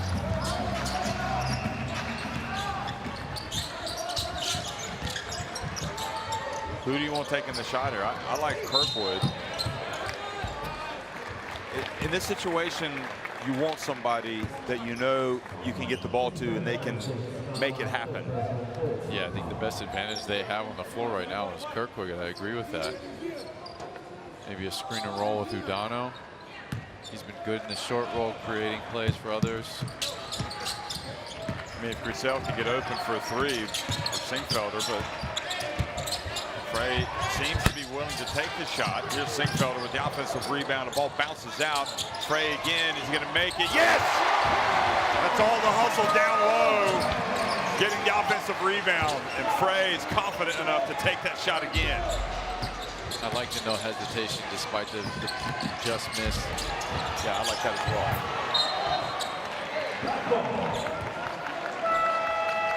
It was Kirkwood that had the offensive rebound. And then Kirkwood got the assist. See, he passes.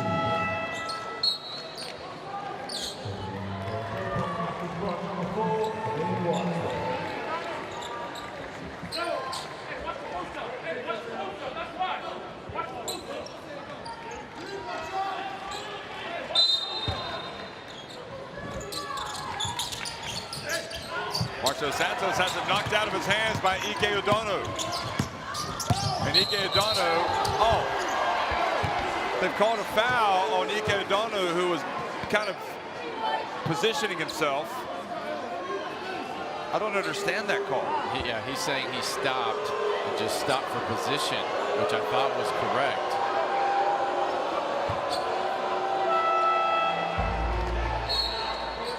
Well, I think correctly, the referee doesn't want to shake his hand because it's almost as if he's agreeing with him. Oh, well, we know how Ike Edono feels about it. So, big call.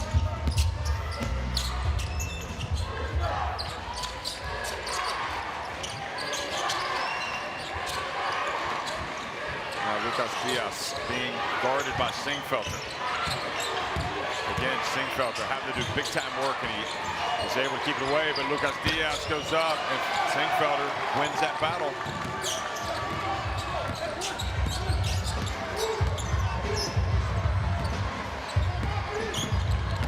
Glenn Watson, bounce pass, what a play, but then Curtis didn't have the finish.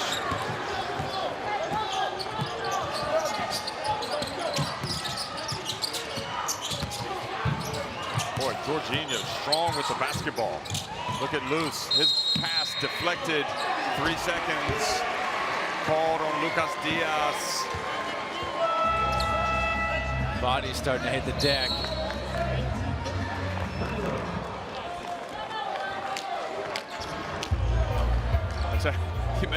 You make the calls in this game, you better have a long explanation for the coaches because they are asking for it every time, and the referees are giving it to them.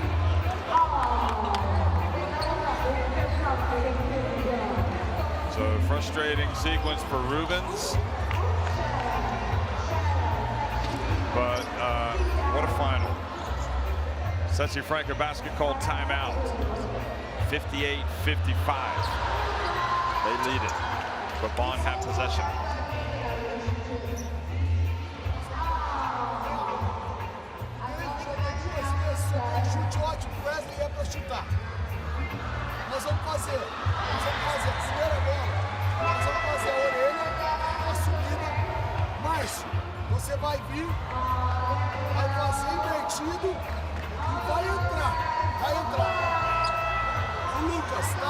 sobe nas costas se for pelo meio. Se for pelo fundo, só fica aqui. Vai ser orelha, mais de 5.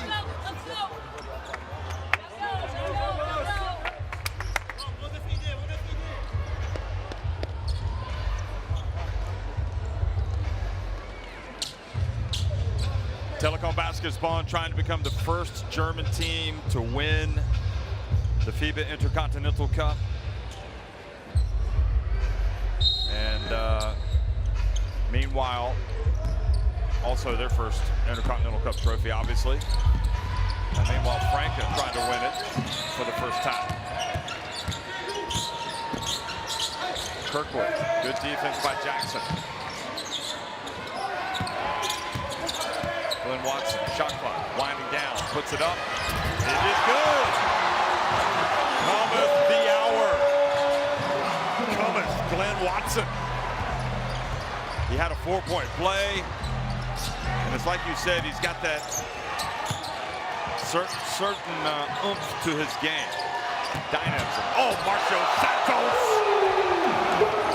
Two-handed jungle gym jam. Hanging on the rim. Sitting on it.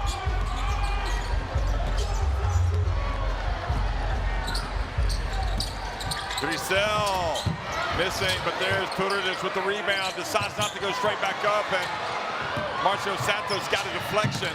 Jorginho goes behind the back. Oh, that would have been a spectacular finish if he'd made that. But at least he gets a trip to the line. He really wanted that.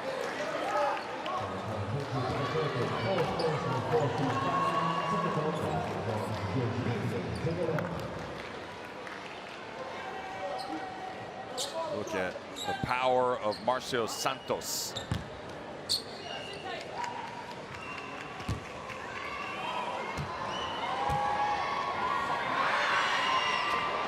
Free throw is good for Jorginho. Marcio Santos, meanwhile, 12 points, 6 rebounds. 12 for Lucas Diaz. And Santos only makes 1 of 2, but Jorginho, or rather, Jorginho gets it. And the long miss. How often do you see the shooter get his own rebound on a free throw? I should say Jorginho missed the second free throw. Yeah. That is rare. What, the shooter get the... You got the offensive rebound. You know what didn't happen? Third place game, World Cup, USA against Canada. Yes. They needed... Yeah, Mikal Bridges did the three. Yep, Mikal Bridges did it.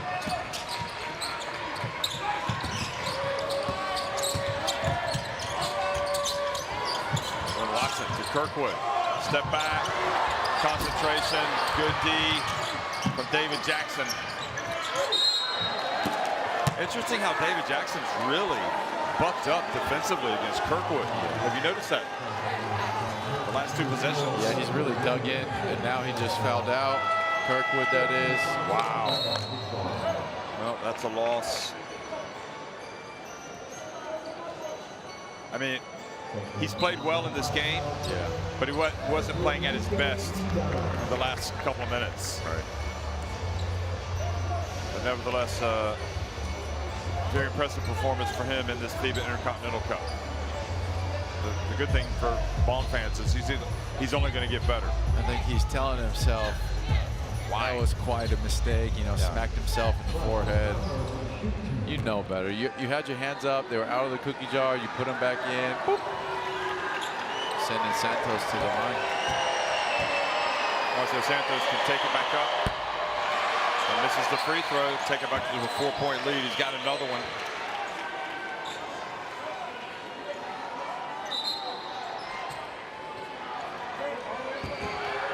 (14 to 20 at the line so far. Franca basket.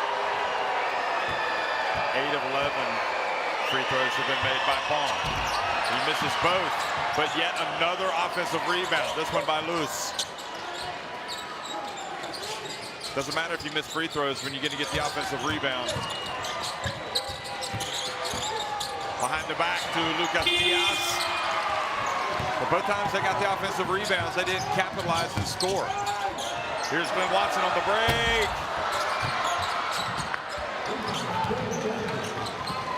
Another big opportunity goes by the wayside for Bonn.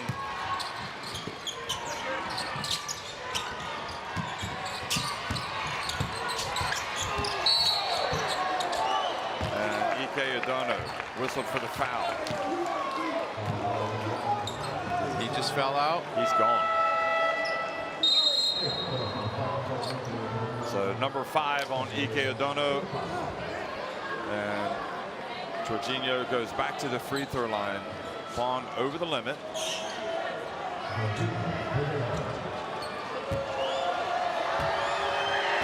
They're 14 of 21 as a team, but they're missing at the worst possible time now. Jorginho is 4 of 7 Let Bonn stay in it. These missed free throws are going to come back to haunt them. Can Bonn box out though here? So Kirkwood's out, and now Odono's out.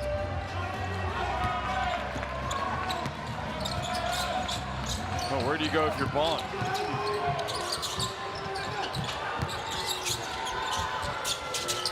This man. I think so. Unless they can get the ball to Grizel. Open is Watson. He gets it back. Watson, here's Grizel. Oh, almost turned it over. Good reaction by Pape. Turn around, puts it up. Good. The dream shake on the block.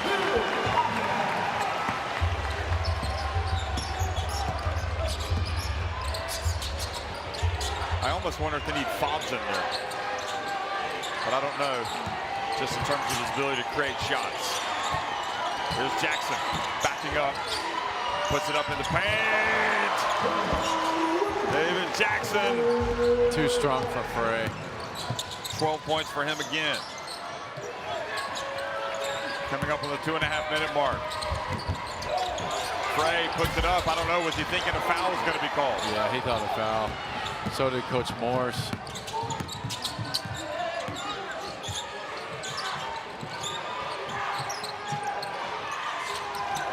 Great defense. Watson and Frey then steps up and takes it. Watson open. He puts it up. Goes down. Singfelder with the rebound. And then he's fouled by Jorginho. Watson went down trying to draw a foul on the missed 3. But Franca Basket not in the bonus, not over yet, not over the limit. One more foul. Just feels like right now it feels like you don't know where to go with the basketball if you're this Bonn team.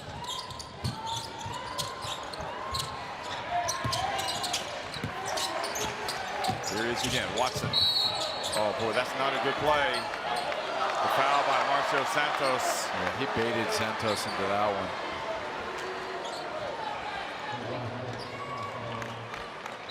That's number 4, I think, on Marcio Santos.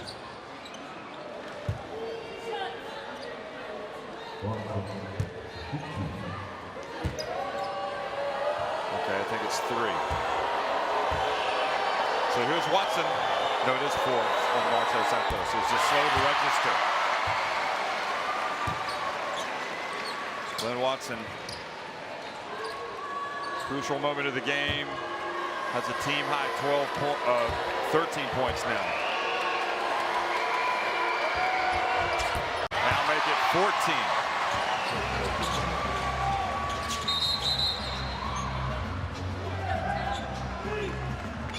The ball is wet.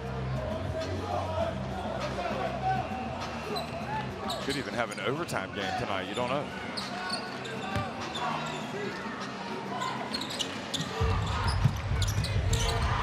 So Jorginho comes up the floor quickly.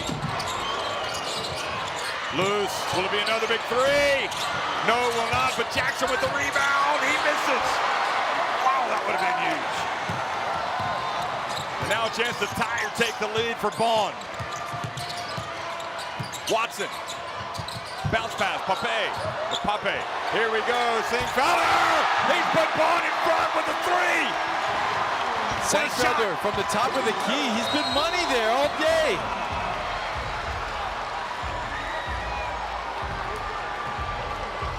Well, one of the most dependable players in this team. Really been getting it done defensively tonight, and here he is stepping up and hitting a go-ahead three-pointer. The captain. The Germany international. No hesitation.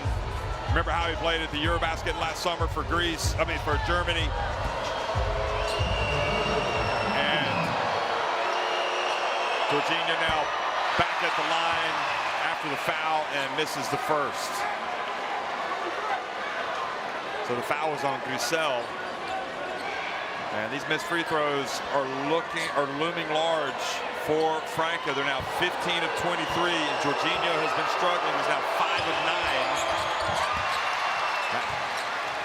But he does make that one, and the Brazil fans looking on, full of hope.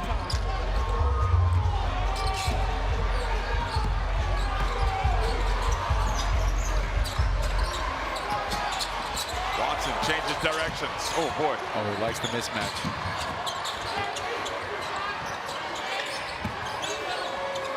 Pape turns. Look at that. He goes up. What a spin from Pape. Total momentum changer. Bonn coming on strong.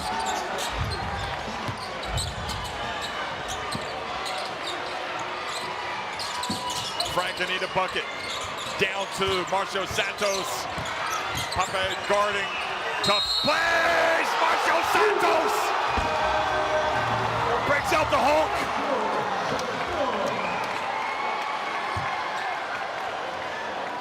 He has been immense in this game at times. 14 points, 8 rebounds. This was Pape with that incredible spin at the other end. And this is the answer to tie it, and now with a chance to take the lead.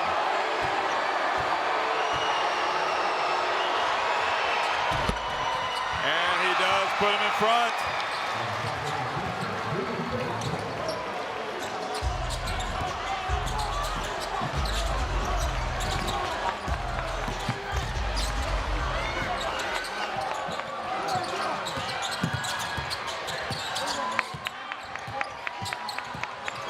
Here's Watson in the lane, puts it up and in. Right on cue.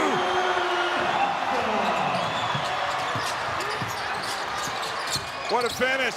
Jorginho right down the paint, it gets blocked. Frey has it, Watson. They're gonna have to foul.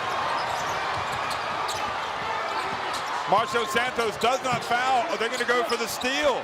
They don't know it. They have to foul. Why are they playing this? They can take it all the way down to about 2 seconds. Frey.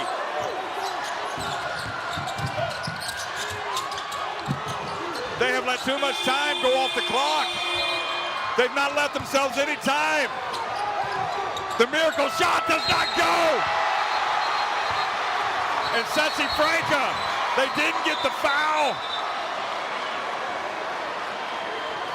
Now there's some type of dispute because maybe the ball didn't hit the rim, and they're saying that it should expire, so they're going to inbound the basketball with a little bit of time, like 2 seconds.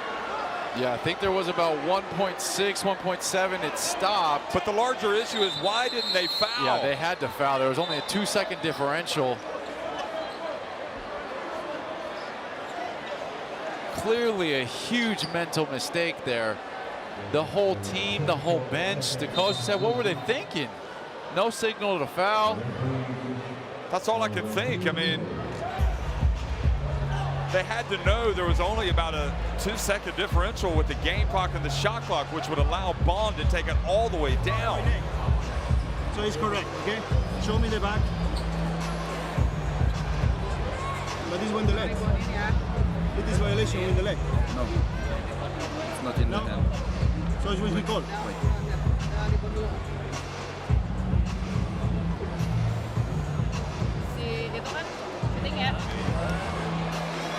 First one you call. Yes. This is when you call. Now, when you call, which moment you call? Now, 1.9. 1.9. Okay?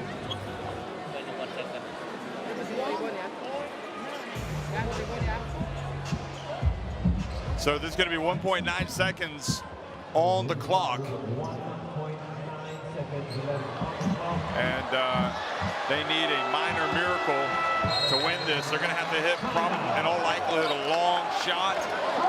You got to be careful if you're Bonn that you don't commit a foul. I don't know. Santos might set a down screen middle of the paint and just seal.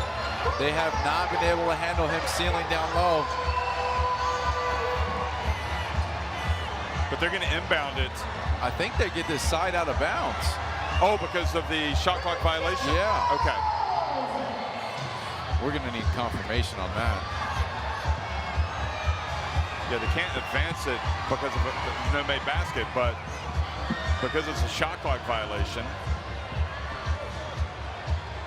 So it's not impossible with 1.9 seconds. No, yeah, if it's side out of bounds, then it's doable. O Jorge vai sair pro chute. David, wait until he turns. O Lucas vai fazer e vai virar. Você bate a bola uma vez e faz a bola. Vai ser debaixo da cesta. Bora do jogo, bora do jogo. Here we go. 1.9 seconds left. Give it up for both teams. A big shot. Wow. So they will indeed inbound it from in the front court, side out of bounds. So they've got every chance. Look to Lucas Diaz to down screen and seal right under the rim. And here's the question as well: is the whistle going to blow if there's contact? Referees, high pressure situation. Turovic on the inbounds passer. Jackson. There it is. Lucas Diaz. Diaz. It, Diaz. He catches. He turns. He makes it! Lucas Diaz! Lucas Diaz! You called it, Mike. He catches it. He turns. He hits the shot for Franca that has won the FIBA Intercontinental Cup right at the buzzer. And Franca, quite frankly, escaped after what we thought was a bad mistake, not fouling. They must have known what they were doing all along. It took a great play. They drew it up. They knew it was there. And overcome with emotion, look at Rubens. Unbelievable. And you know he had to have a million things going through his mind. The way it looked like all hope was lost. And even though that potential play is there, you still have to pull it off. And Lucas Diaz has just won it with, quite frankly, the clutch shots of all clutch shots. 70-69. Sesi Franca Basket win at the Intercontinental Cup, so no German team has won this competition yet. Look at that, the emotion, look at the free throws. The missed free throws almost came back to bite them. And was it worth it for Jorginho to stay with this team to play in this tournament? I dare say it was. And just a remarkable beginning, and what I have to say is an incredible new era for the FIBA Intercontinental Cup. Look at this again. He sealed, as you said. There's nothing, unless their help defense comes, there's nothing Singfelter can do. He's just that good, that big. I mean, if you try to front, they throw it over the top. You play behind. Lucas Diaz has the size advantage, kind of shoots the fadeaway. And we've seen all 3 games. He's got that touch. He's a great shooter. You got to put a big body on the ball, denial. And that just launches one of the great celebrations in the history of Sesi Franca Basket, the mecca of Brazilian basketball. Look at this. Look at the love. And the captain is the man that has won it in the end for this team. I think it's unbelievable.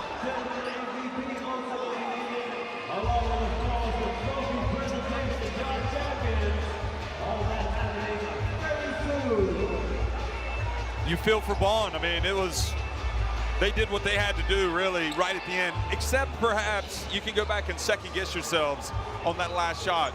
Do you settle for a long 3 and miss everything? Because if you miss a shot inside, yeah, if they hit the rim, they have to get the ball up the floor. Right. So maybe you can second guess that. That's tough. I mean, they took the full 24 plus some extra time when Griezel threw it up. Yeah, you want to get a slightly better look from deep just to even hit the rim. If you hit the rim, game's over. Man, I was going to be happy for either team that won this game because they've both been tremendous. But I'm extremely happy for Franca because you can see what it means to them. For Jorginho, look at the love. I mean, this is an unbelievable moment. These players overcome with emotion. And Lucas Diaz has indeed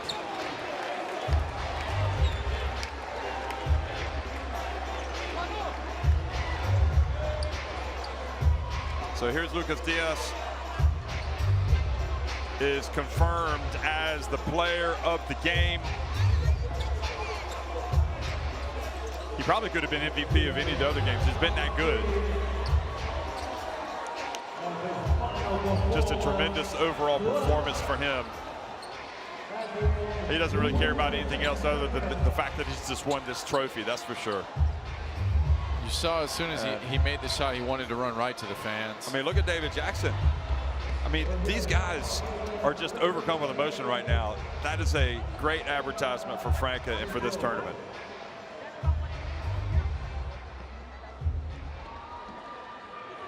Lucas, congratulations, rigor player of the game, from Lucas Diaz, and most importantly, MVP of FIBA the game. Intercontinental Cup champion.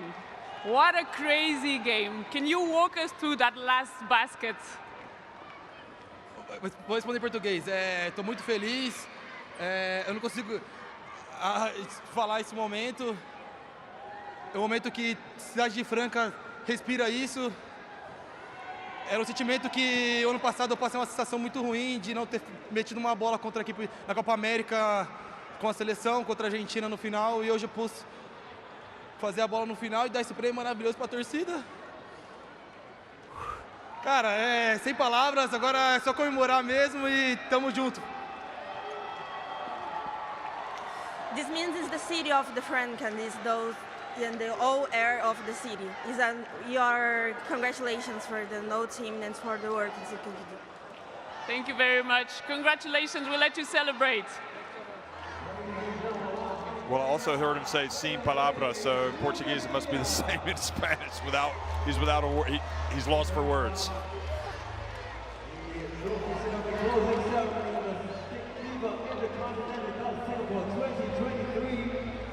Going to be starting up very shortly. So amazing night, amazing event. I think a fitting conclusion to what was an amazing game, really. I mean, it was a tight game, a tense game. Back and forth, yeah, the whole game.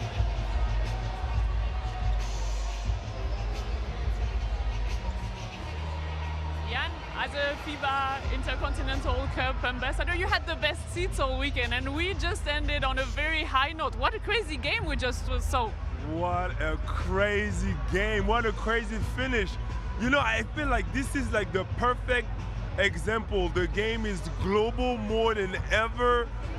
You look at the last two games, they are decided under the last minute. You get the game-winning shot at the last second. Like, come on, like, it doesn't get better than that. Yeah, you saw that. You said that the game is global now. First time in Asia, first time with Asian teams competing. First win for an African team as well, which is something that even though you spend the most of your career in France and in the US, I know you're proud of this one. Of course, you know, as a NBA Africa investors and as a BL ambassador, this is huge for us. You know, it shows the growth of the game, but it goes to the ICC now, but it goes back to the World Cup a few weeks ago, where, you know, you have African teams winning games and you have teams from South America, teams from everywhere winning games that you didn't really expect it. So this final was amazing. Congratulations to those two teams. They competed to very high level, and this is very exciting for the fans, for us. Like this is really good. Thank you very much, and I guess we'll see you next year then. Absolutely, I'll be back. We will be too. Thank you, Jan. Ladies and gentlemen, the closing ceremony of FIBA Intercontinental So we're going to get ready for the closing ceremony, and great to have Jan Manini here, played for France, FIBA Eurobasket 2009. That was in Poland, and he also played at the 2010 FIBA Basketball World Cup when that was in Turkey, and of course had that long NBA career especially. And now he is here as one of the ambassadors for the FIBA Intercontinental Cup. It's fantastic, fantastic time. And now, again, so Sharif Abdur-Rahim, the president of the NBA G League, is going to present the referees with their medallions.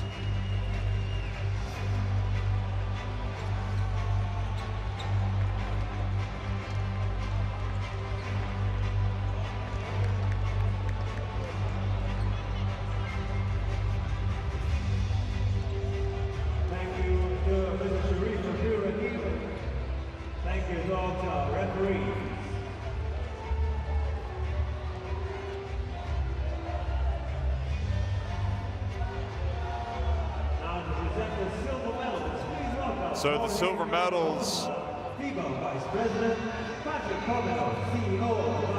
that are going to be presented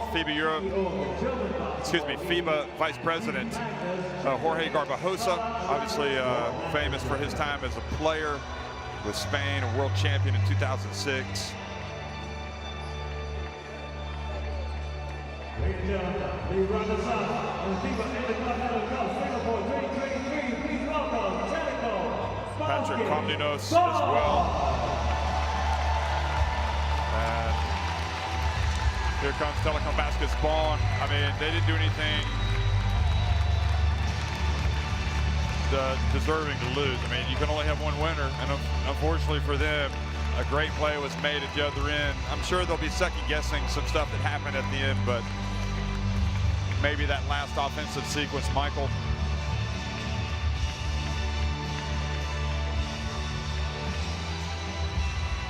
They seemingly did everything right there. Took it all the way down, literally all the way until the end. Just had they touched the rim, that's all it would have been. Game over. Riesel throws a heave at the rim. Stefan Holtz, also the CEO of the German Basketball League, and Kon Yen Tong, chairman of Sports Singapore. And Patrick Komnenos, the CEO of the Basketball Champions League, presenting the winner the silver medals.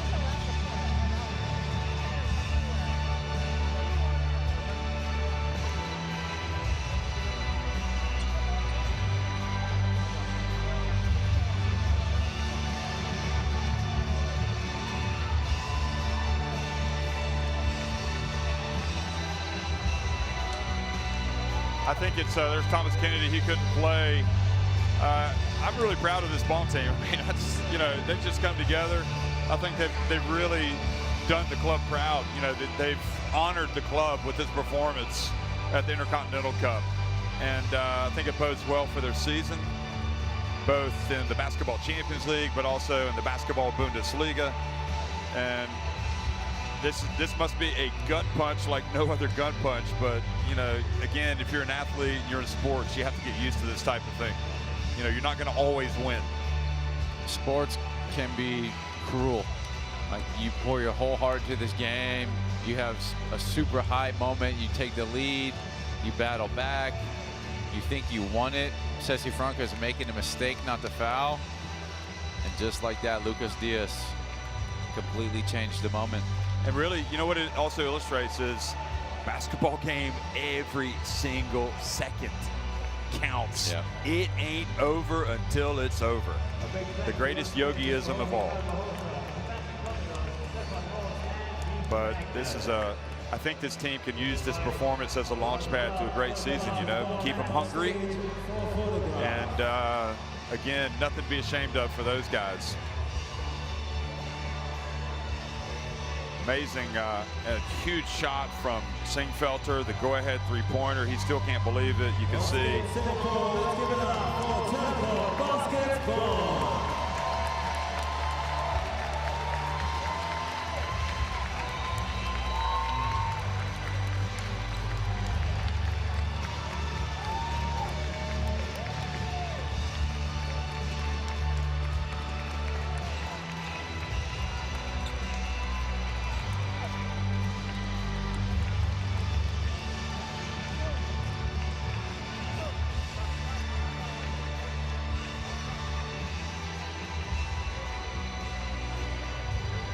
So Bonn, unfortunately, after that brilliant, well, maybe not brilliant performance, but that really good, solid performance, they're going to think about what might have been. But you know what? It's at the beginning of the season, and probably it'll be a little bit easier to get over, maybe because of that, because they know a lot more they can win this season.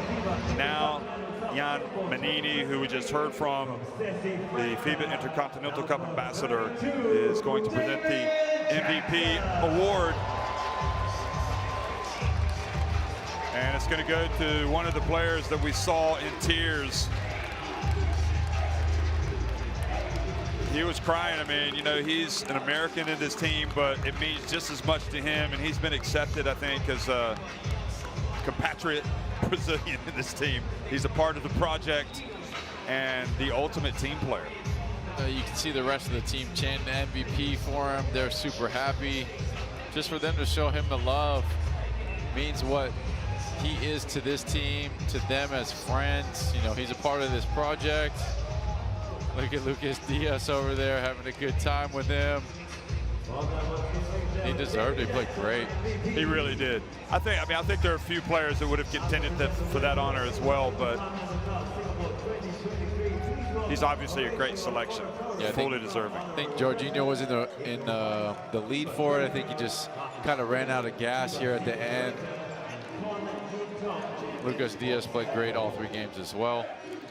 Okay, so now we're going to have the presentation of the gold medals.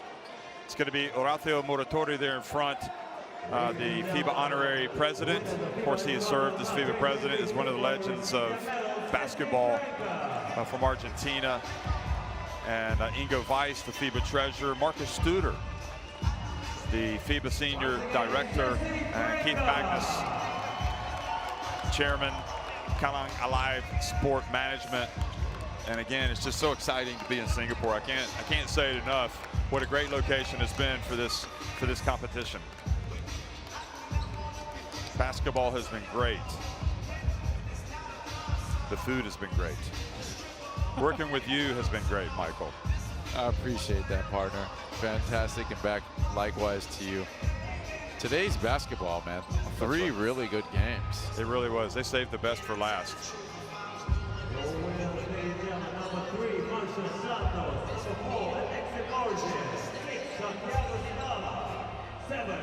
So we know who the social media guy is for the team. It's Wesley Ferreira. Or no, it's Edu Marilia, excuse me. How good was Wesley Ferreira? I mean, all of those guys. That's the thing, when you look at this team, and you can say the same thing about Bonn, but when you look at this team, every single player, you know, you remember big plays that they made throughout this tournament, but especially tonight. They all had a hand in it. Yeah, to win a fight like today, you need everybody to step up and make plays. So it's not like one guy was carrying the whole load.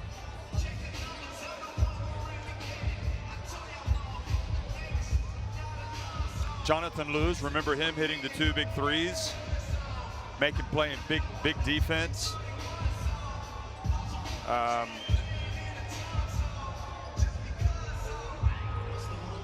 You know, we talked about Wesley Ferreira. We haven't perhaps talked enough about Alexei Borges or Scala, but they made big plays. Jorginho, obviously. Yeah, Scala had a big moment. I think the quick 6, the 3, and then the and 1 drive.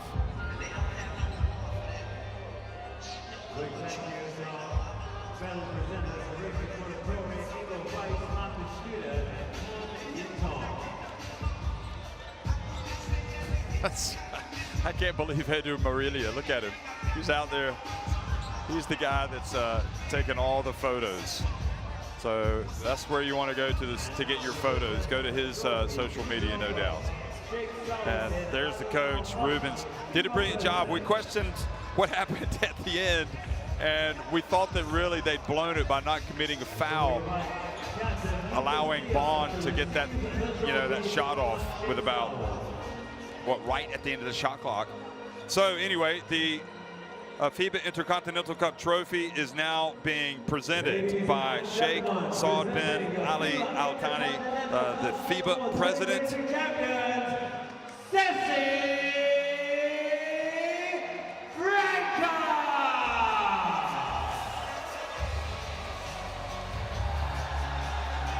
Look at that.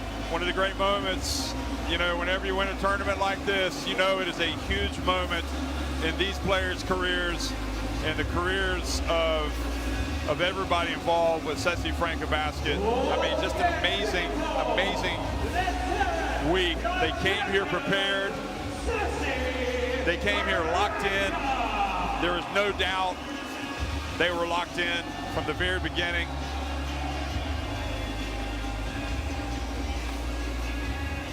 And I think they just, you know, they fully deserve it. Just go ahead and break out the champagne. Don't forget waiting for the locker room. This champagne needs to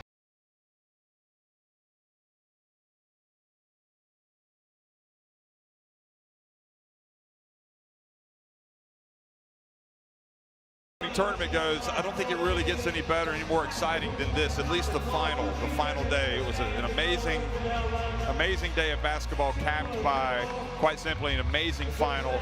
It goes down as one of the all-time great finals. Jan Manini said it himself. You couldn't have asked for a better final than tonight to win it with a last-second shot. Of course, if you're Telekom Basket's Bonn, that's not the case. It's a tough night for them, but you know what, partner? If it doesn't kill you, it makes you stronger. And maybe in the long run, this will make Telekom Basket's Bonn stronger going into the season. Yeah, they're going to take away what they can.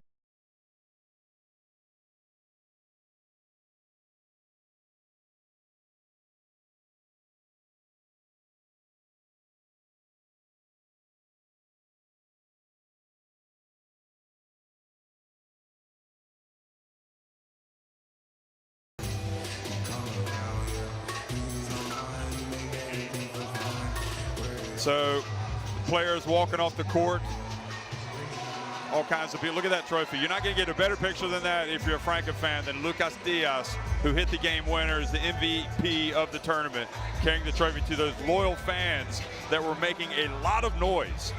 Not just today, the entire event, but especially tonight. You know that they're going to be up all night. They may as well check out of their hotels now.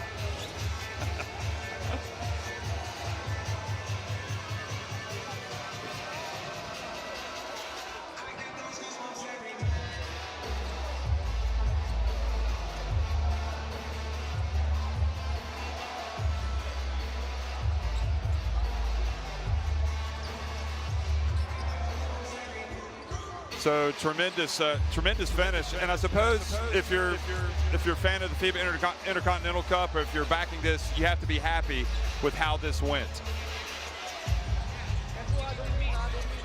So what do you think? What are your closing thoughts here, Michael? Phenomenal game. Championship was great.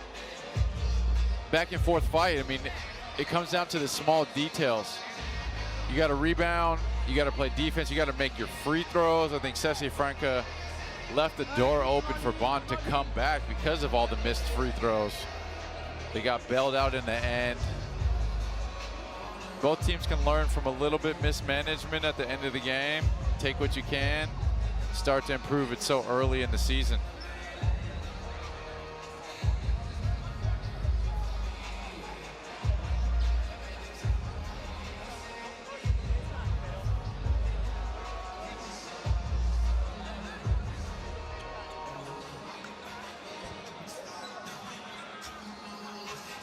So they've come a long way, all the way from Brazil to Singapore, but if you want to win a trophy, sometimes you got to make those sacrifices. And they have indeed, look at that, they're cutting down the nets.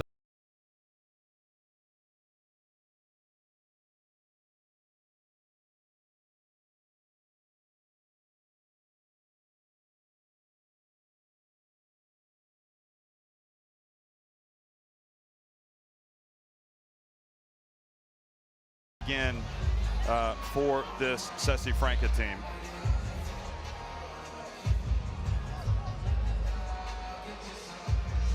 And again, that's the wide shot. So I think we're going to look at some of the highlights of the game.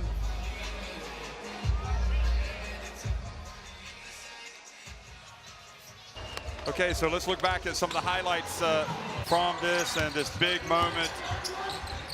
And that was the very first bucket for Jorginho, and it looked like he was going to be off to the races.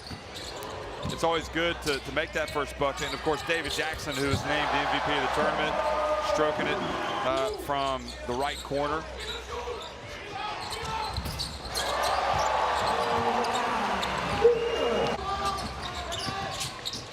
Then he had the behind-the-back pass to Lucas Diaz.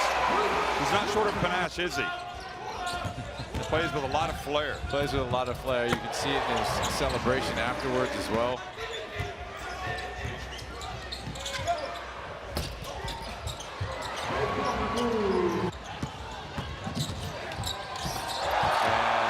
And Edu Marilia coming in. I gotta find his social media. Yeah. Was that the first? That was the first bench points, wasn't it? Yeah, the dunk. Look, Lucas Diaz. That was the first time he hit the turnaround jumper. Yep. It was actually the exact same shot, wasn't it? Yep. So it's clearly one that he has practiced.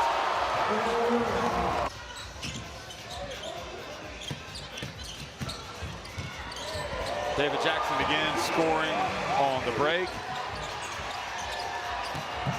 And then Marcio Santos, who was terrific, and you know, he probably, I mean, the thing is, they couldn't have won it without all these guys. They were all making big plays at different times.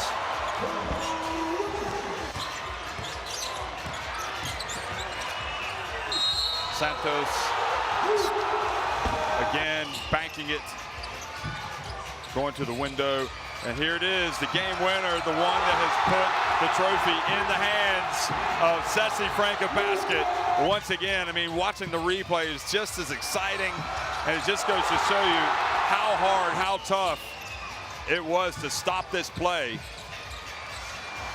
Sinkfelder wasn't going to allow him to catch it and turn to the left, but you know, when he catches it and he's already hit that shot before, you know it is a shot that's virtually unstoppable unless you come from behind to block it. Brings back memories of Patrick Ewing, in fact. So that is it, and it sets off the party of a lifetime for Sesi Franca Basket. So congratulations to them, congratulations to Brazil, congratulations to Singapore for putting on an amazing event, and congratulations to all these players. That this is what you dream of. You put yourself through all this stuff to get into moments like this, and this is why you want to capture them. This is what we said, getting the trophy on the mantle, the memories that you create. It's going to be a good season for them. You know, they're riding high. Singapore was a fantastic venue. This 6 teams now was great. Looking forward to the expansion to 8. It's going to be even better. Yeah, definitely, and it just more basketball. For me, you can't get enough of it. And to kick off the new basketball season, it's great. It's a great spot on the calendar now. So the champions, Sesi Franca Basket, FIBA Intercontinental Cup 2023 here in Singapore. That's right. Toast this team. And the champagne bottles are going to be empty, no doubt, by the end of the night. Okay, so one more time. Sesi Franca Basket win the FIBA Intercontinental Cup, going unbeaten and defeating Telekom Basket Bonn 70-69 with a Lucas Diaz turnaround jump shot at the buzzer. The shot from the captain, the shot heard around the world. Thanks for watching, everybody. We'll see you again next year.